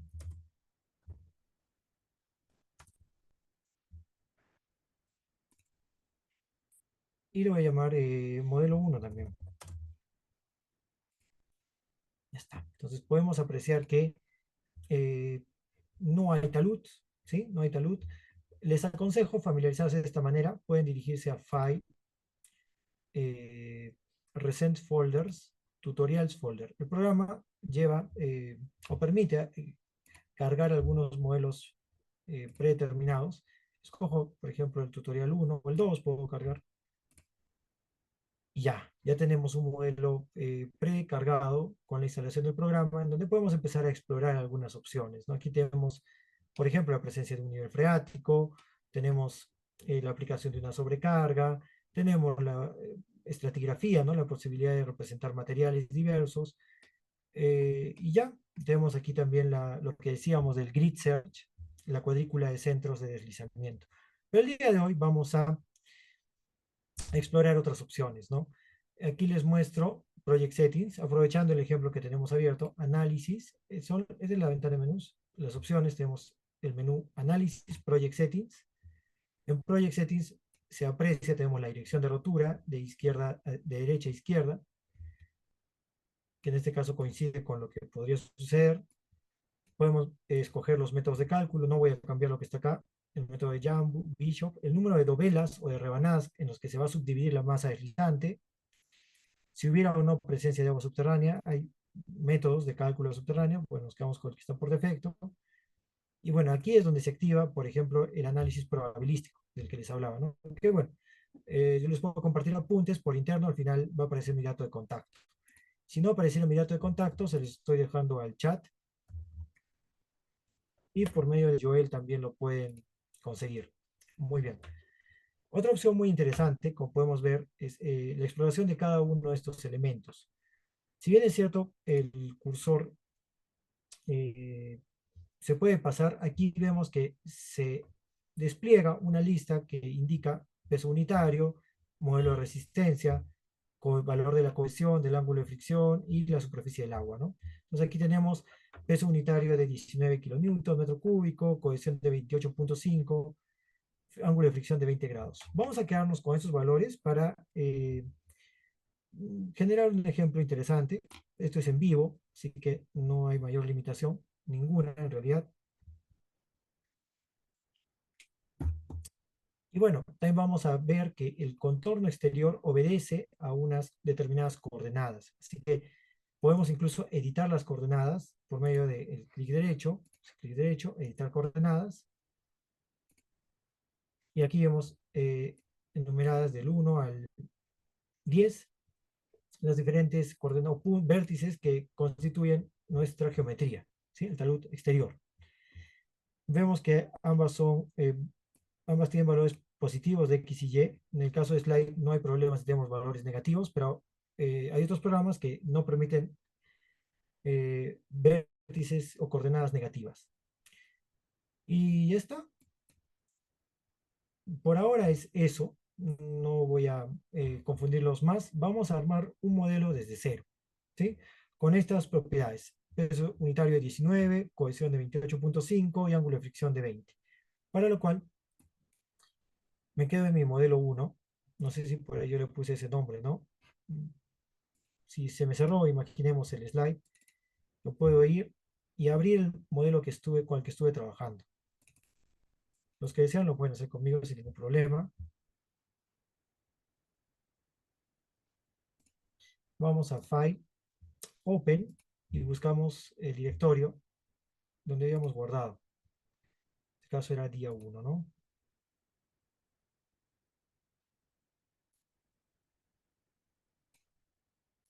Y en día 1 vamos al modelo 1. Lo abro, pero no tiene nada. Entonces lo primero que haremos es ir a Análisis, Project Settings, y aquí en Project Settings vamos a definir la dirección de rotura. En primer lugar les adelanto que el talud, igual que el anterior, tiene una dirección de rotura de derecha a izquierda. Entonces lo podemos dejar por defecto. Podría ser útil hacer un esquema a mano de dibujar la forma del talud, ¿no? En este caso les voy adelantando ahí. Los métodos de cálculo, Yo siempre aconsejo trabajar con Morgan Stanley Price y Spencer. Y para nuestro caso, con fines académicos, únicamente el método de Fellenius. Y por ahí el método de Bishop también. Vamos a dejar el número de dovelas por defecto en 25. La tolerancia también y esos valores por defecto. Método de cálculo de agua subterránea también lo dejamos por defecto y damos simplemente a OK. Y ya está.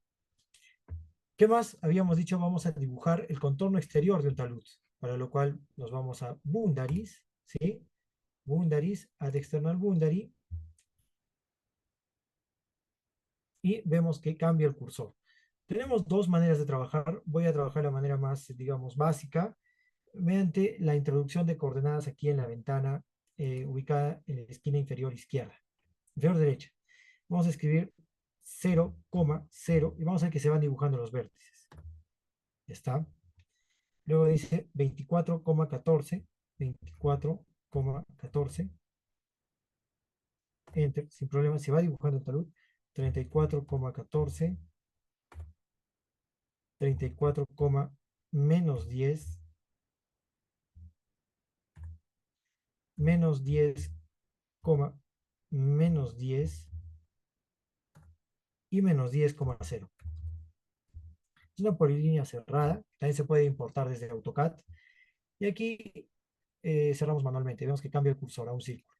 Ya está, ese es nuestro talud. ¿Sí, colegas? Apreciamos que tiene algunas coordenadas negativas en X y en Y todas son positivas. Nada más. Así que va ahora a la asignación de materiales. Identifiquemos algunos elementos por acá. Tenemos los límites de búsqueda, límite inferior, límite superior.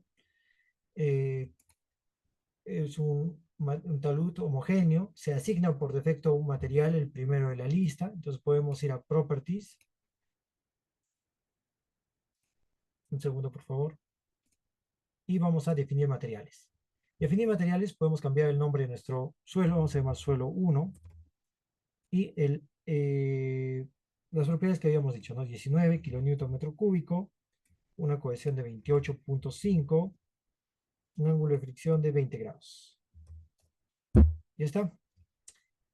Con ello podemos decir que se le ha asignado el ángulo de fricción y la cohesión correspondiente al talud. Ya tenemos todo listo para nuestro modelo. Si queremos hacer uso de la cuadrícula, lo podemos hacer por medio de Surfaces. Nos vamos al menú Surfaces y dejamos directamente AutoGrid. Más que por defecto se genera una cuadrícula de centros de deslizamiento. Y con eso ya podemos empezar a trabajar. Entonces, le vamos a guardar, File, Save. Simplemente vamos a Análisis, ¿sí? Menú Análisis y Calcular o Compute. Nuevamente, Análisis, y esta vez nos vamos a Interpret, que se nos abre un programa de interpretación de resultados.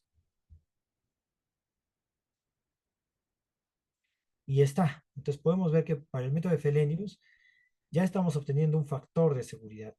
Si queremos activar las dovelas, lo podemos hacer por medio de esta opción. Ya tenemos las dovelas, ¿no? Y si quisiéramos un cálculo detallado, podemos aquí desplegar los resultados de cada una de las dovelas. Por ahí, a algunos les gusta mostrar las superficies de falla, todas, o la mayoría, las superficies mínimas se denomina. Y aquí tenemos los valores de factor de seguridad y vemos que cada una de estas representa una superficie, está asociada a un centro de deslizamiento. Vamos acá a Query, por ejemplo, Add Query, y vemos que se está calculando un factor de seguridad para ese punto específico de 2,024. Tenemos otro factor de seguridad de 2,006. Pero ¿cuál es el de escape? ¿Cuál es el menor de todos ellos? 1,63. ¿Sí? Muy bien, colegas. Eso es para el método de Fellenius. Ahora voy a ir al método de Morgenstern Price. Esto con fines de compararlo con el software libre. En un momento más vamos a mostrar de manera muy rápida también cómo hacer el cálculo con software, con el software SSAP. Y vamos a ver el resultado con el método de Morgenstern Price. Su factor de seguridad es en realidad un poco más alto, 1,72. Y bueno, también podemos ver sus superficies mínimas, que son estas de acá. ¿Sí? Perfecto. Hasta aquí no hay mayor problema. Si hubiera algún comentario, duda, lo pueden hacer llegar. Existen opciones. Yo puedo preparar una, ¿no? Una captura de pantalla, cambiando el tamaño de letra, etcétera, etcétera, mostrando las propiedades de los materiales, entre otros. Yo voy a un tamaño 16. Y ya está, ¿no? Acá tenemos una captura más o menos interesante para sustentar un cálculo. Y ya mientras voy abriendo el programa, me pueden hacer alguna consulta. Voy a leer. Si no, también, Joel, me ayudas con las consultas de las redes sociales. Dice Tasaiko, ¿no? Referente a los datos que se ingresan al software, peso unitario del suelo, ángulo de fricción y cohesión, ¿lo brindan de laboratorio? Claro que sí. Nuestra labor, como hemos mostrado, es caracterizar el terreno. En primer lugar, determinar si hay varios estratos y en estos programas podemos dibujar los estratos. Y para cada estrato asignarle valores de cohesión, ángulo de fricción y peso unitario.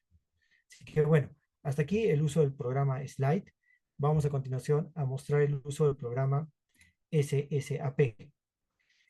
Vamos a resolver esa consulta, voy a leerla, José Luis Rodríguez, cómo se modela un suelo reforzado con geomallas en Slide. Lo vamos a ver el día 3, no se preocupen. Vamos a hacer uso del software MaxStars y nuevamente lo vamos a comparar con el programa SSAP. Y bueno, podemos variar la geometría del talud. En este momento podemos hacer muchas cosas, pero el tiempo es un poco cruel. Así que ahora mismo no lo podemos hacer, estimado Hidalgo. Ustedes ya tienen mi contacto, sino también cuando les entreguen las diapositivas lo van a poder encontrar. Igual se los estoy dejando en la caja de comentarios. Ahí seguimos discutiendo con mucho gusto, colega. Entonces, dejaré de compartir esta pantalla y les voy a pedir que me acompañen para ver el uso del programa SSAP. Como hemos dicho, el SSAP es, bueno, programa de creación del ingeniero Lorenzo Borselli.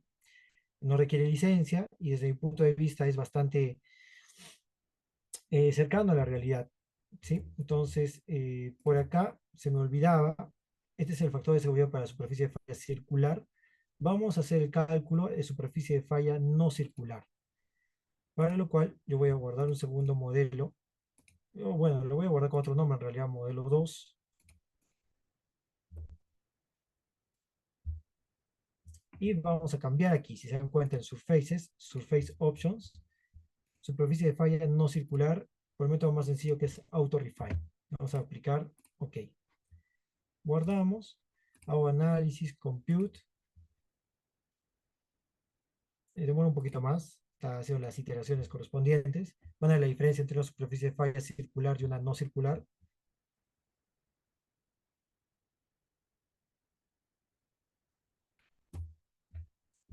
Uh-huh.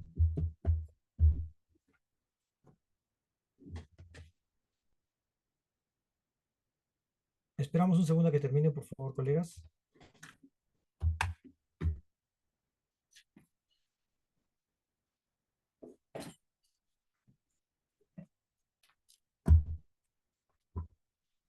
Y ya terminó. A ver, vemos los resultados. Acá tenemos un segundo. Vamos a análisis, interpret. O sea que cambia tanto el factor de seguridad como la geometría de la superficie de falla. El método de Felenius no tiene ningún sentido. Vamos directamente al método de Morgenstern Price. Y ya. Vemos que la superficie de falla es un poco más larga, yo diría, con factor de seguridad más bajo, ¿no? De 1.67. Sus dovelas, lo que necesitamos. Esto nos servirá para comparar el resultado contra el resultado de aplicar el software SSAP. Ya está. Entonces, ahora sí, nos dirigimos al programa.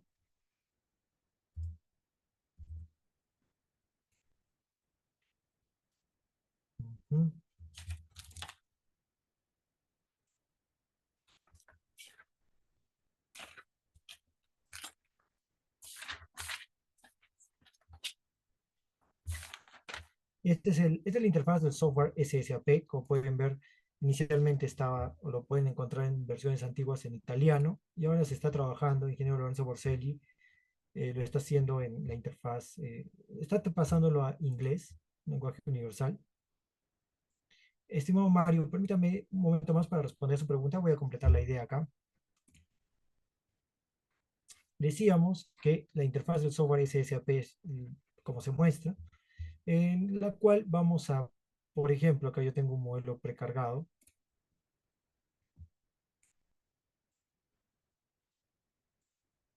¿Ya? Donde yo puedo ver cómo se va calculando el factor de seguridad. ¿Ya? Vamos a configurar el número de superficies o de superficies de falla de prueba. En este caso se configuró en 15.000. Normalmente para por lo menos 10.000 superficies no hay mayor problema. Podemos apreciar que también tiene métodos de cálculo y bueno, estrategias o algoritmos de búsqueda de superficies. En este caso es un algoritmo del tipo Random Search. Hasta cierto punto parecido al AutoRefine de Slide. Tiene la posibilidad de mostrar o no las tension cracks, grietas de tracción. Y bueno, vamos a ver que tiene múltiples beneficios este software. Si alguien necesita el contacto del ingeniero Lorenzo Borselli, con mucho gusto yo se los puedo dar. Lo pueden encontrar en LinkedIn con su nombre. Y mientras va cargando aquí, vamos a aprovechar de mostrar las opciones de exportación del programa Slide para generar la geometría en SSAP. ¿Sí? Entonces, como se había dicho, podemos exportar la geometría del modelo a AutoCAD, para lo cual podemos simplemente darle File, Export, y vamos a exportar el contorno exterior. Lo voy a guardar en el escritorio, en esta oportunidad, con el nombre modelo 2 slide. Y ya está. Lo exporto en formato de XF. Lo tenemos por acá. A ver, aquí está, ¿no? Modelo 2. Lo voy a utilizar para obtener el resultado en el software SSAP.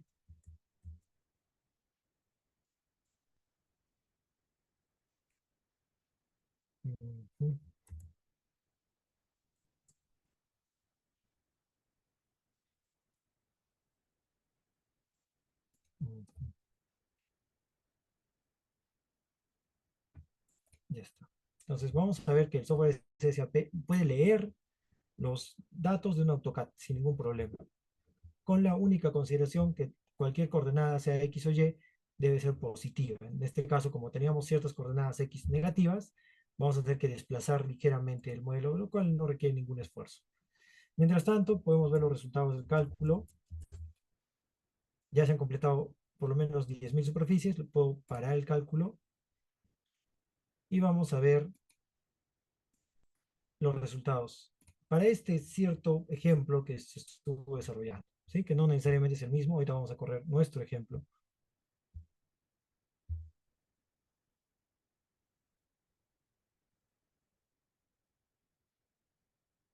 Que como podemos ver es un talud con una cierta geometría. Aquí tenemos las denominadas tension cracks o grietas de tracción, que bueno, en realidad sí se pueden presentar en el caso de suelos cohesivos, arcillas y con agua. Y también podemos ver el valor del factor de seguridad, ¿no? 2.18 para este talud, con ciertas propiedades. Aquí tenemos las propiedades, que son ángulo de fricción de 35, cohesión de 40, ¿sí? Peso específico de 19. Ahora vamos a definir nuestro modelo desde cero. Notemos acá que la geometría parte de valores X y Y positivos, ¿sí? Y no hay mayor inconveniente. Una ventaja que yo puedo apreciar acá es los algoritmos de búsqueda de superficies no circulares, ¿no? Ahora vamos a ver el resultado obtenido en el software Slide versus el resultado obtenido en el software SSAP. Interesante, sobre todo como hacían la consulta por ahí, para el cálculo de factor de seguridad en muros de suelo reforzado o taludes de suelo reforzado con geosintéticos. Vamos a ver las opciones que tenemos. Y bueno, si desea, puedo abrir el modelito. Y este es el talud que queremos representar en el software SSAP. ¿Qué requiere el software SSAP? Ya habíamos dicho, unas coordenadas XY positivas.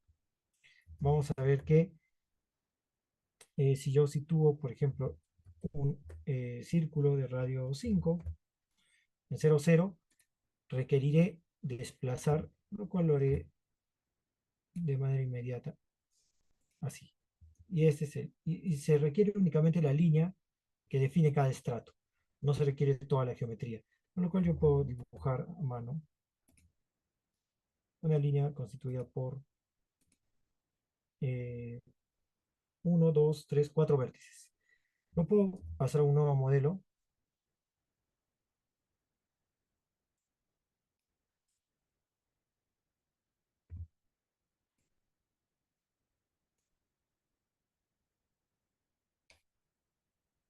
No sé si lo copió.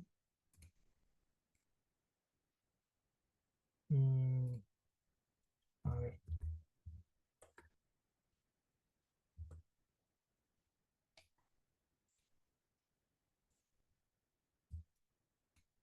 Ujú, copiar. Bueno, simplemente nos quedamos con esto. Lo voy a guardar con otro nombre. Y ya está. Es lo que necesitamos. Lo que voy a hacer es guardarlo con otro nombre.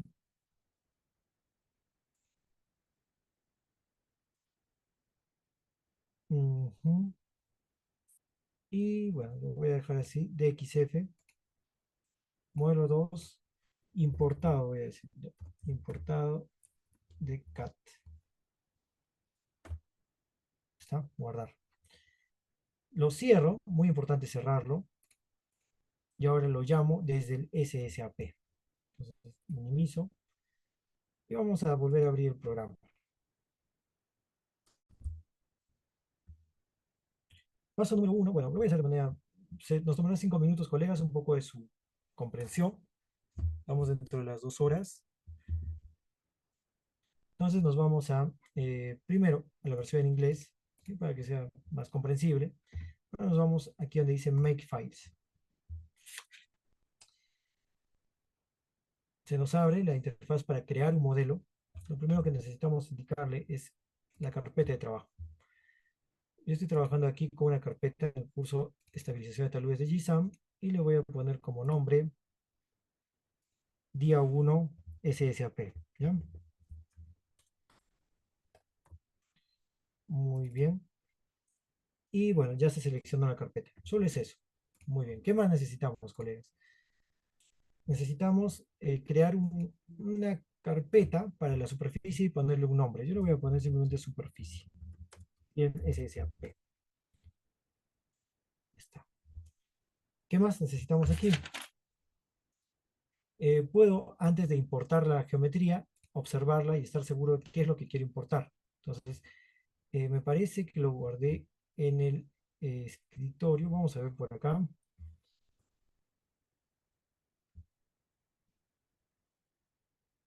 Está en el escritorio, ¿no? Entonces vamos aquí al SSAP y desde el escritorio importo el que dice importado cat, ¿no? Ya está. Para estar seguro de lo que estamos importando. Como había dicho antes de finalizar y por si, bueno, se tienen que retirar, mi agradecimiento especial al ingeniero Lorenzo Bercelli y al ingeniero Sebastián Lobo Guerrero. Eh, quiero contagiarles la política que yo tengo para mi vida, es que todos tenemos algo que aprender y algo que enseñar. Entonces, en un momento más finalizaremos con la sesión del día de hoy. Aquí quiero mostrarles la superficie que estamos importando. Y aquí está, ¿no? Ese es el talud que yo quiero analizar. Así de sencillo, así de práctico, no hay ningún problema. Lo cerramos, es correcto, es conforme. Y lo que haría ahora será importarlo. ¿Sí? ¿Quieres proceder? Claro que sí. Continúo, nada más, ok. Y acá me pide identificar el archivo que quiero importar. Entonces, voy a escritorio, modelo 2, importar de CAT, y acá podemos importar hasta 100 líneas. En este caso es importante cambiarle por 1 para que la reconozca como estrato, como cara exterior del talud, mejor dicho. Perfecto. En lo que haré ahora será, bueno, se dan cuenta está en italiano, pero no hay ningún problema. Vamos a decirle que esa es la superficie que queremos. Ok, ya se generó.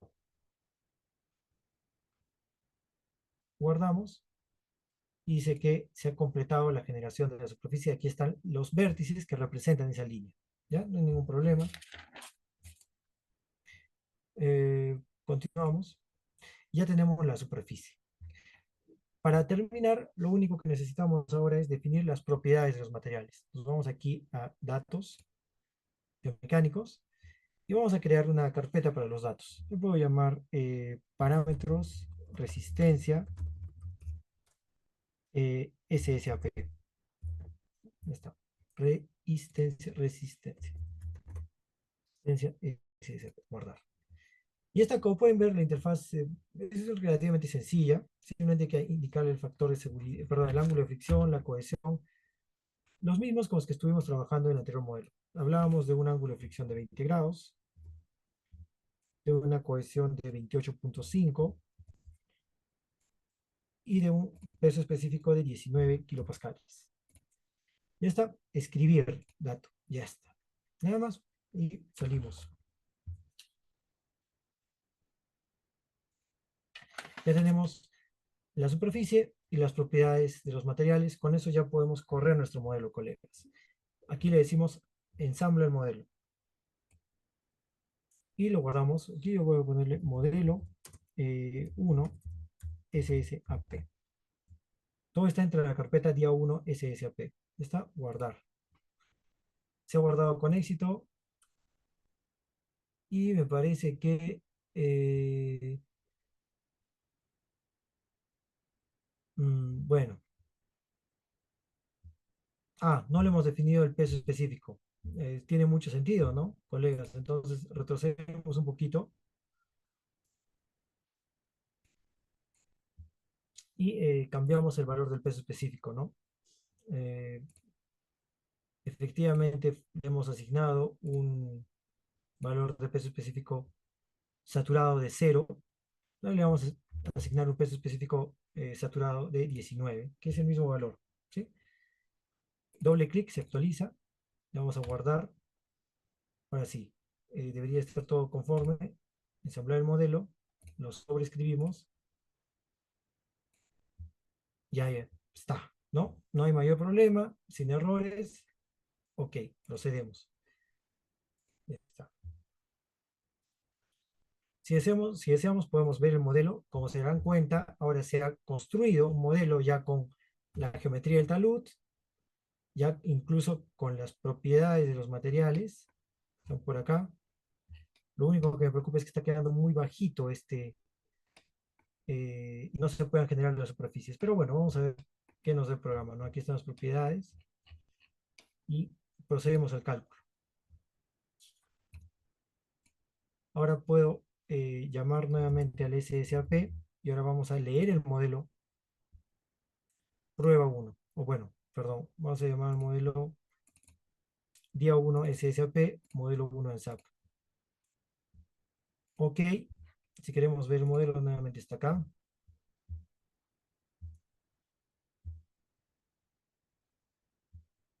Ya está conforme. Y procedemos a definir las opciones de cálculo. Aquí tenemos como opciones de cálculo, vemos el método Morgenstern-Price, Spencer, etc. Vamos a desactivar la generación de tension cracks, de grietas de tracción. Vamos a generar un suavizado de las superficies de falla porque no sean completamente poligonales. Y eso nada más por ahora, random search. Caso estático, aquí podríamos especificarle el caso sísmico. Entonces con ello procedemos, le doy simplemente OK.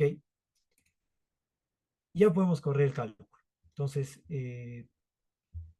voy a guardarlo con un nombre. Vamos a guardar como modelo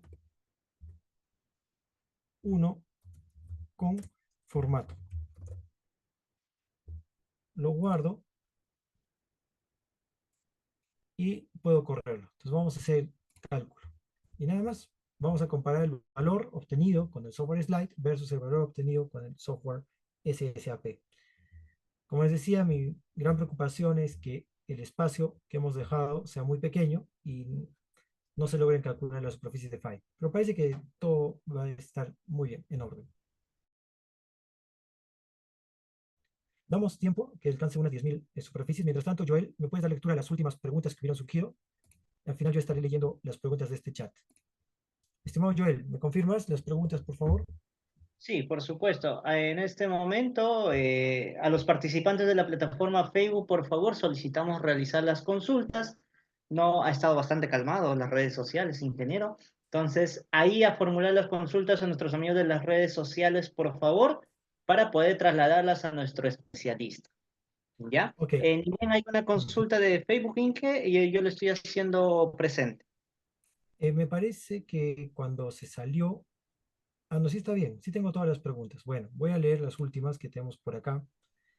Dice, para obtener parámetros del suelo, ¿cada cuántos metros cuadrados se saca una muestra? Aquí siguen valiendo las recomendaciones del, bueno, son normativas, son recomendaciones con carácter de ley del Reglamento Nacional de Edificaciones, y dependiendo del tipo de estabilización que estemos realizando, existen normativas internacionales que tocaremos el día miércoles para responder esa pregunta. Ahora hace la consulta. ¿El software SSAP se puede usar para ver la estabilidad de una presa de relaves? Por supuesto que sí, colega. Y si hay cosas que yo no pueda responder por algún motivo, porque no estoy en la obligación de saber todo, por ahí comportamientos no drenados, licuación estática, etcétera, resistencias residuales, lo puedo derivar al ingeniero Lorenzo Borselli, con mucho gusto, el creador del programa. Y por ahí Tasaico hace la consulta, ¿cómo calcula o define la longitud de radio adecuada?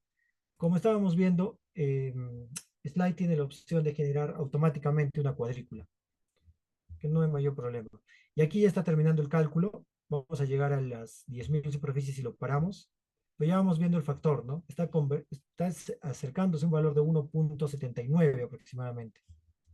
Versus, vayamos viendo cuánto nos salió en Slide.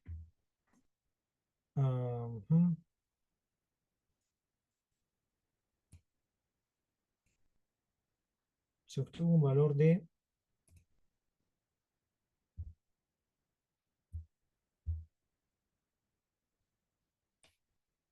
Morgenstern Price de 1.67. Vamos a ver, vamos a ver. ¿Sí? Continuemos. Aproximadamente 1.8, ¿sí? 1.7, perdón. 1.7.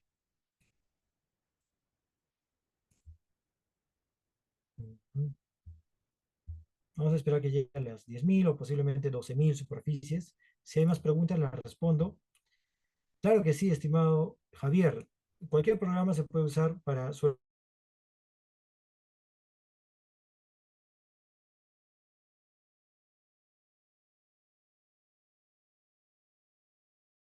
que no se analice en un programa, a menos que tenga un elemento de sostenimiento, tipo muro de contención o quizá anclajes, etcétera, ¿no? Pero sí, el programa da la facilidad de calcular esos casos sin ningún problema. Vemos una, sí, ligera diferencia entre el valor obtenido mediante el software SSAP y el software Slide. Vamos a darle que hasta las 12.000 superficies. Eh, bueno, en realidad uno no diseña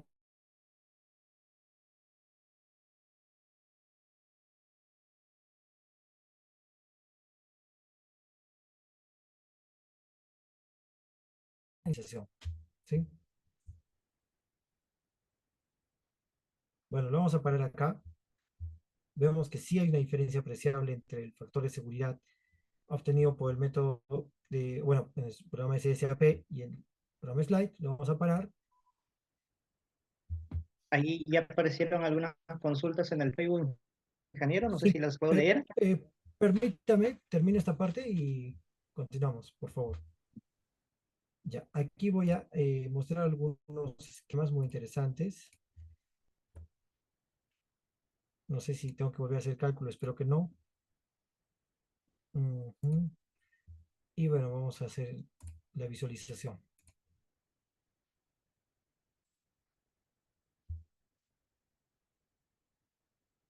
Y acá vemos, ¿no? La superficie de falla calculada por el programa, quizá por el efecto de suavizado, es que se está forzando un factor de seguridad ligeramente diferente al que en realidad el programa tiende a calcular, ¿no? Este es la superficie de falla que no corta la base del talud necesariamente versus el factor de seguridad del slide, donde vemos que sí efectivamente hay una eh, corta la base del talud y tiene cierta profundidad. Algunas diferencias apreciables.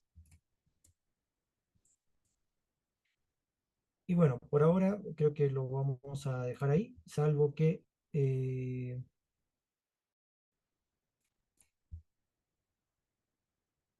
hubiera algún otro comentario, alguna consulta, con mucho gusto.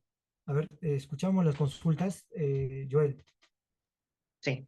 Ahí del ingeniero Alter nos menciona, el software tendrá la capacidad de realizar diseños de rellenos estructurados.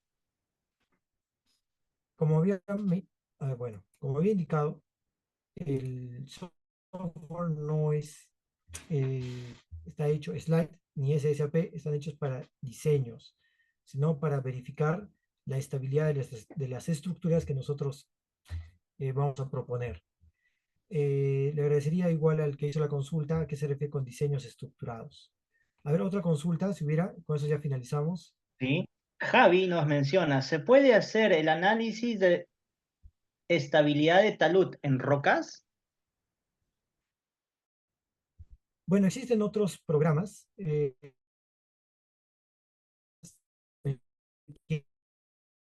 existen hasta 3 verificaciones. Por ejemplo, un tajo minero, ¿no? Que es un talud rocoso.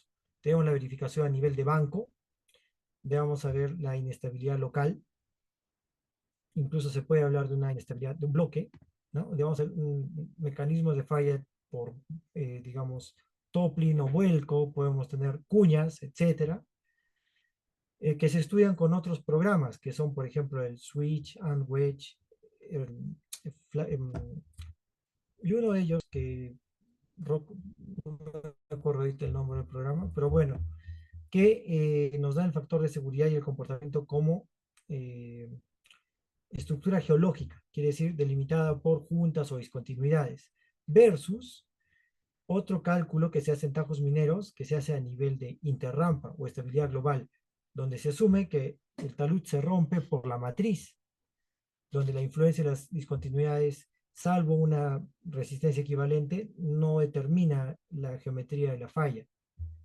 Esa consideración hace que en el slide, por ejemplo, sí se puede hacer un análisis de estabilidad tal vez en roca para el caso de estabilidad global, más no para el caso de estabilidad del banco. Genial, ingeniero. ¿No hay más consultas en las redes sociales? Si hay alguna consulta por el Zoom, por favor. Claro, yo leo la última consulta aquí de Hidalgo. Dice, ¿se puede obtener parámetros de cohesión y fricción a partir de clasificación SUX? No se debería. En algunos casos se recurre a correlaciones, pero una correlación es cuando se hace el ensayo, digamos, con presión triaxial y se hace la clasificación SUX. Y se hacen muchos en realidad y ya se puede inferir a partir de la clasificación SUX valores de ángulo de cohesión y fricción, ¿no? Nada más, con eso finalizo, estimados colegas. Como digo acá, todos tenemos algo que aprender y algo que enseñar. Los espero el día de mañana, la continuación, el día 2. Espero que les haya resultado interesante. Sin más, me despido, colegas. Eso sería todo de mi parte. Les agradezco por quedarse hasta el final. Y aquí pueden encontrar mi número de contacto. Se les va a llegar las diapositivas y mi correo electrónico. Si no hubiera varios comentarios, Joel, y gracias a Gisam, eh, podemos despedirnos. Muchas gracias, colegas. Gracias Muchísimas por su gracias, paciencia, ingeniero sobre todo. Jonathan. Excelente noche. Bueno, estimados amigos, aún estamos iniciando, no finalizamos aún el curso, estamos recién en el primer peldaño de la capacitación y bueno, mañana estaríamos desarrollando el curso en el mismo horario a partir de las 8 de la noche. Gracias a nuestro especialista por llevar ese tipo de capacitación y por la calidad de especialista también que es. Muchísimas gracias, ingeniero Jonathan, y nos estaríamos reencontrando mañana minutos antes de las 8 de la noche. Por supuesto, cualquier consulta adicional me lo pueden hacer al interno. Eh, Nada más, muy agradecido. Que les vaya muy bien, colegas. Hasta mañana. Adiós.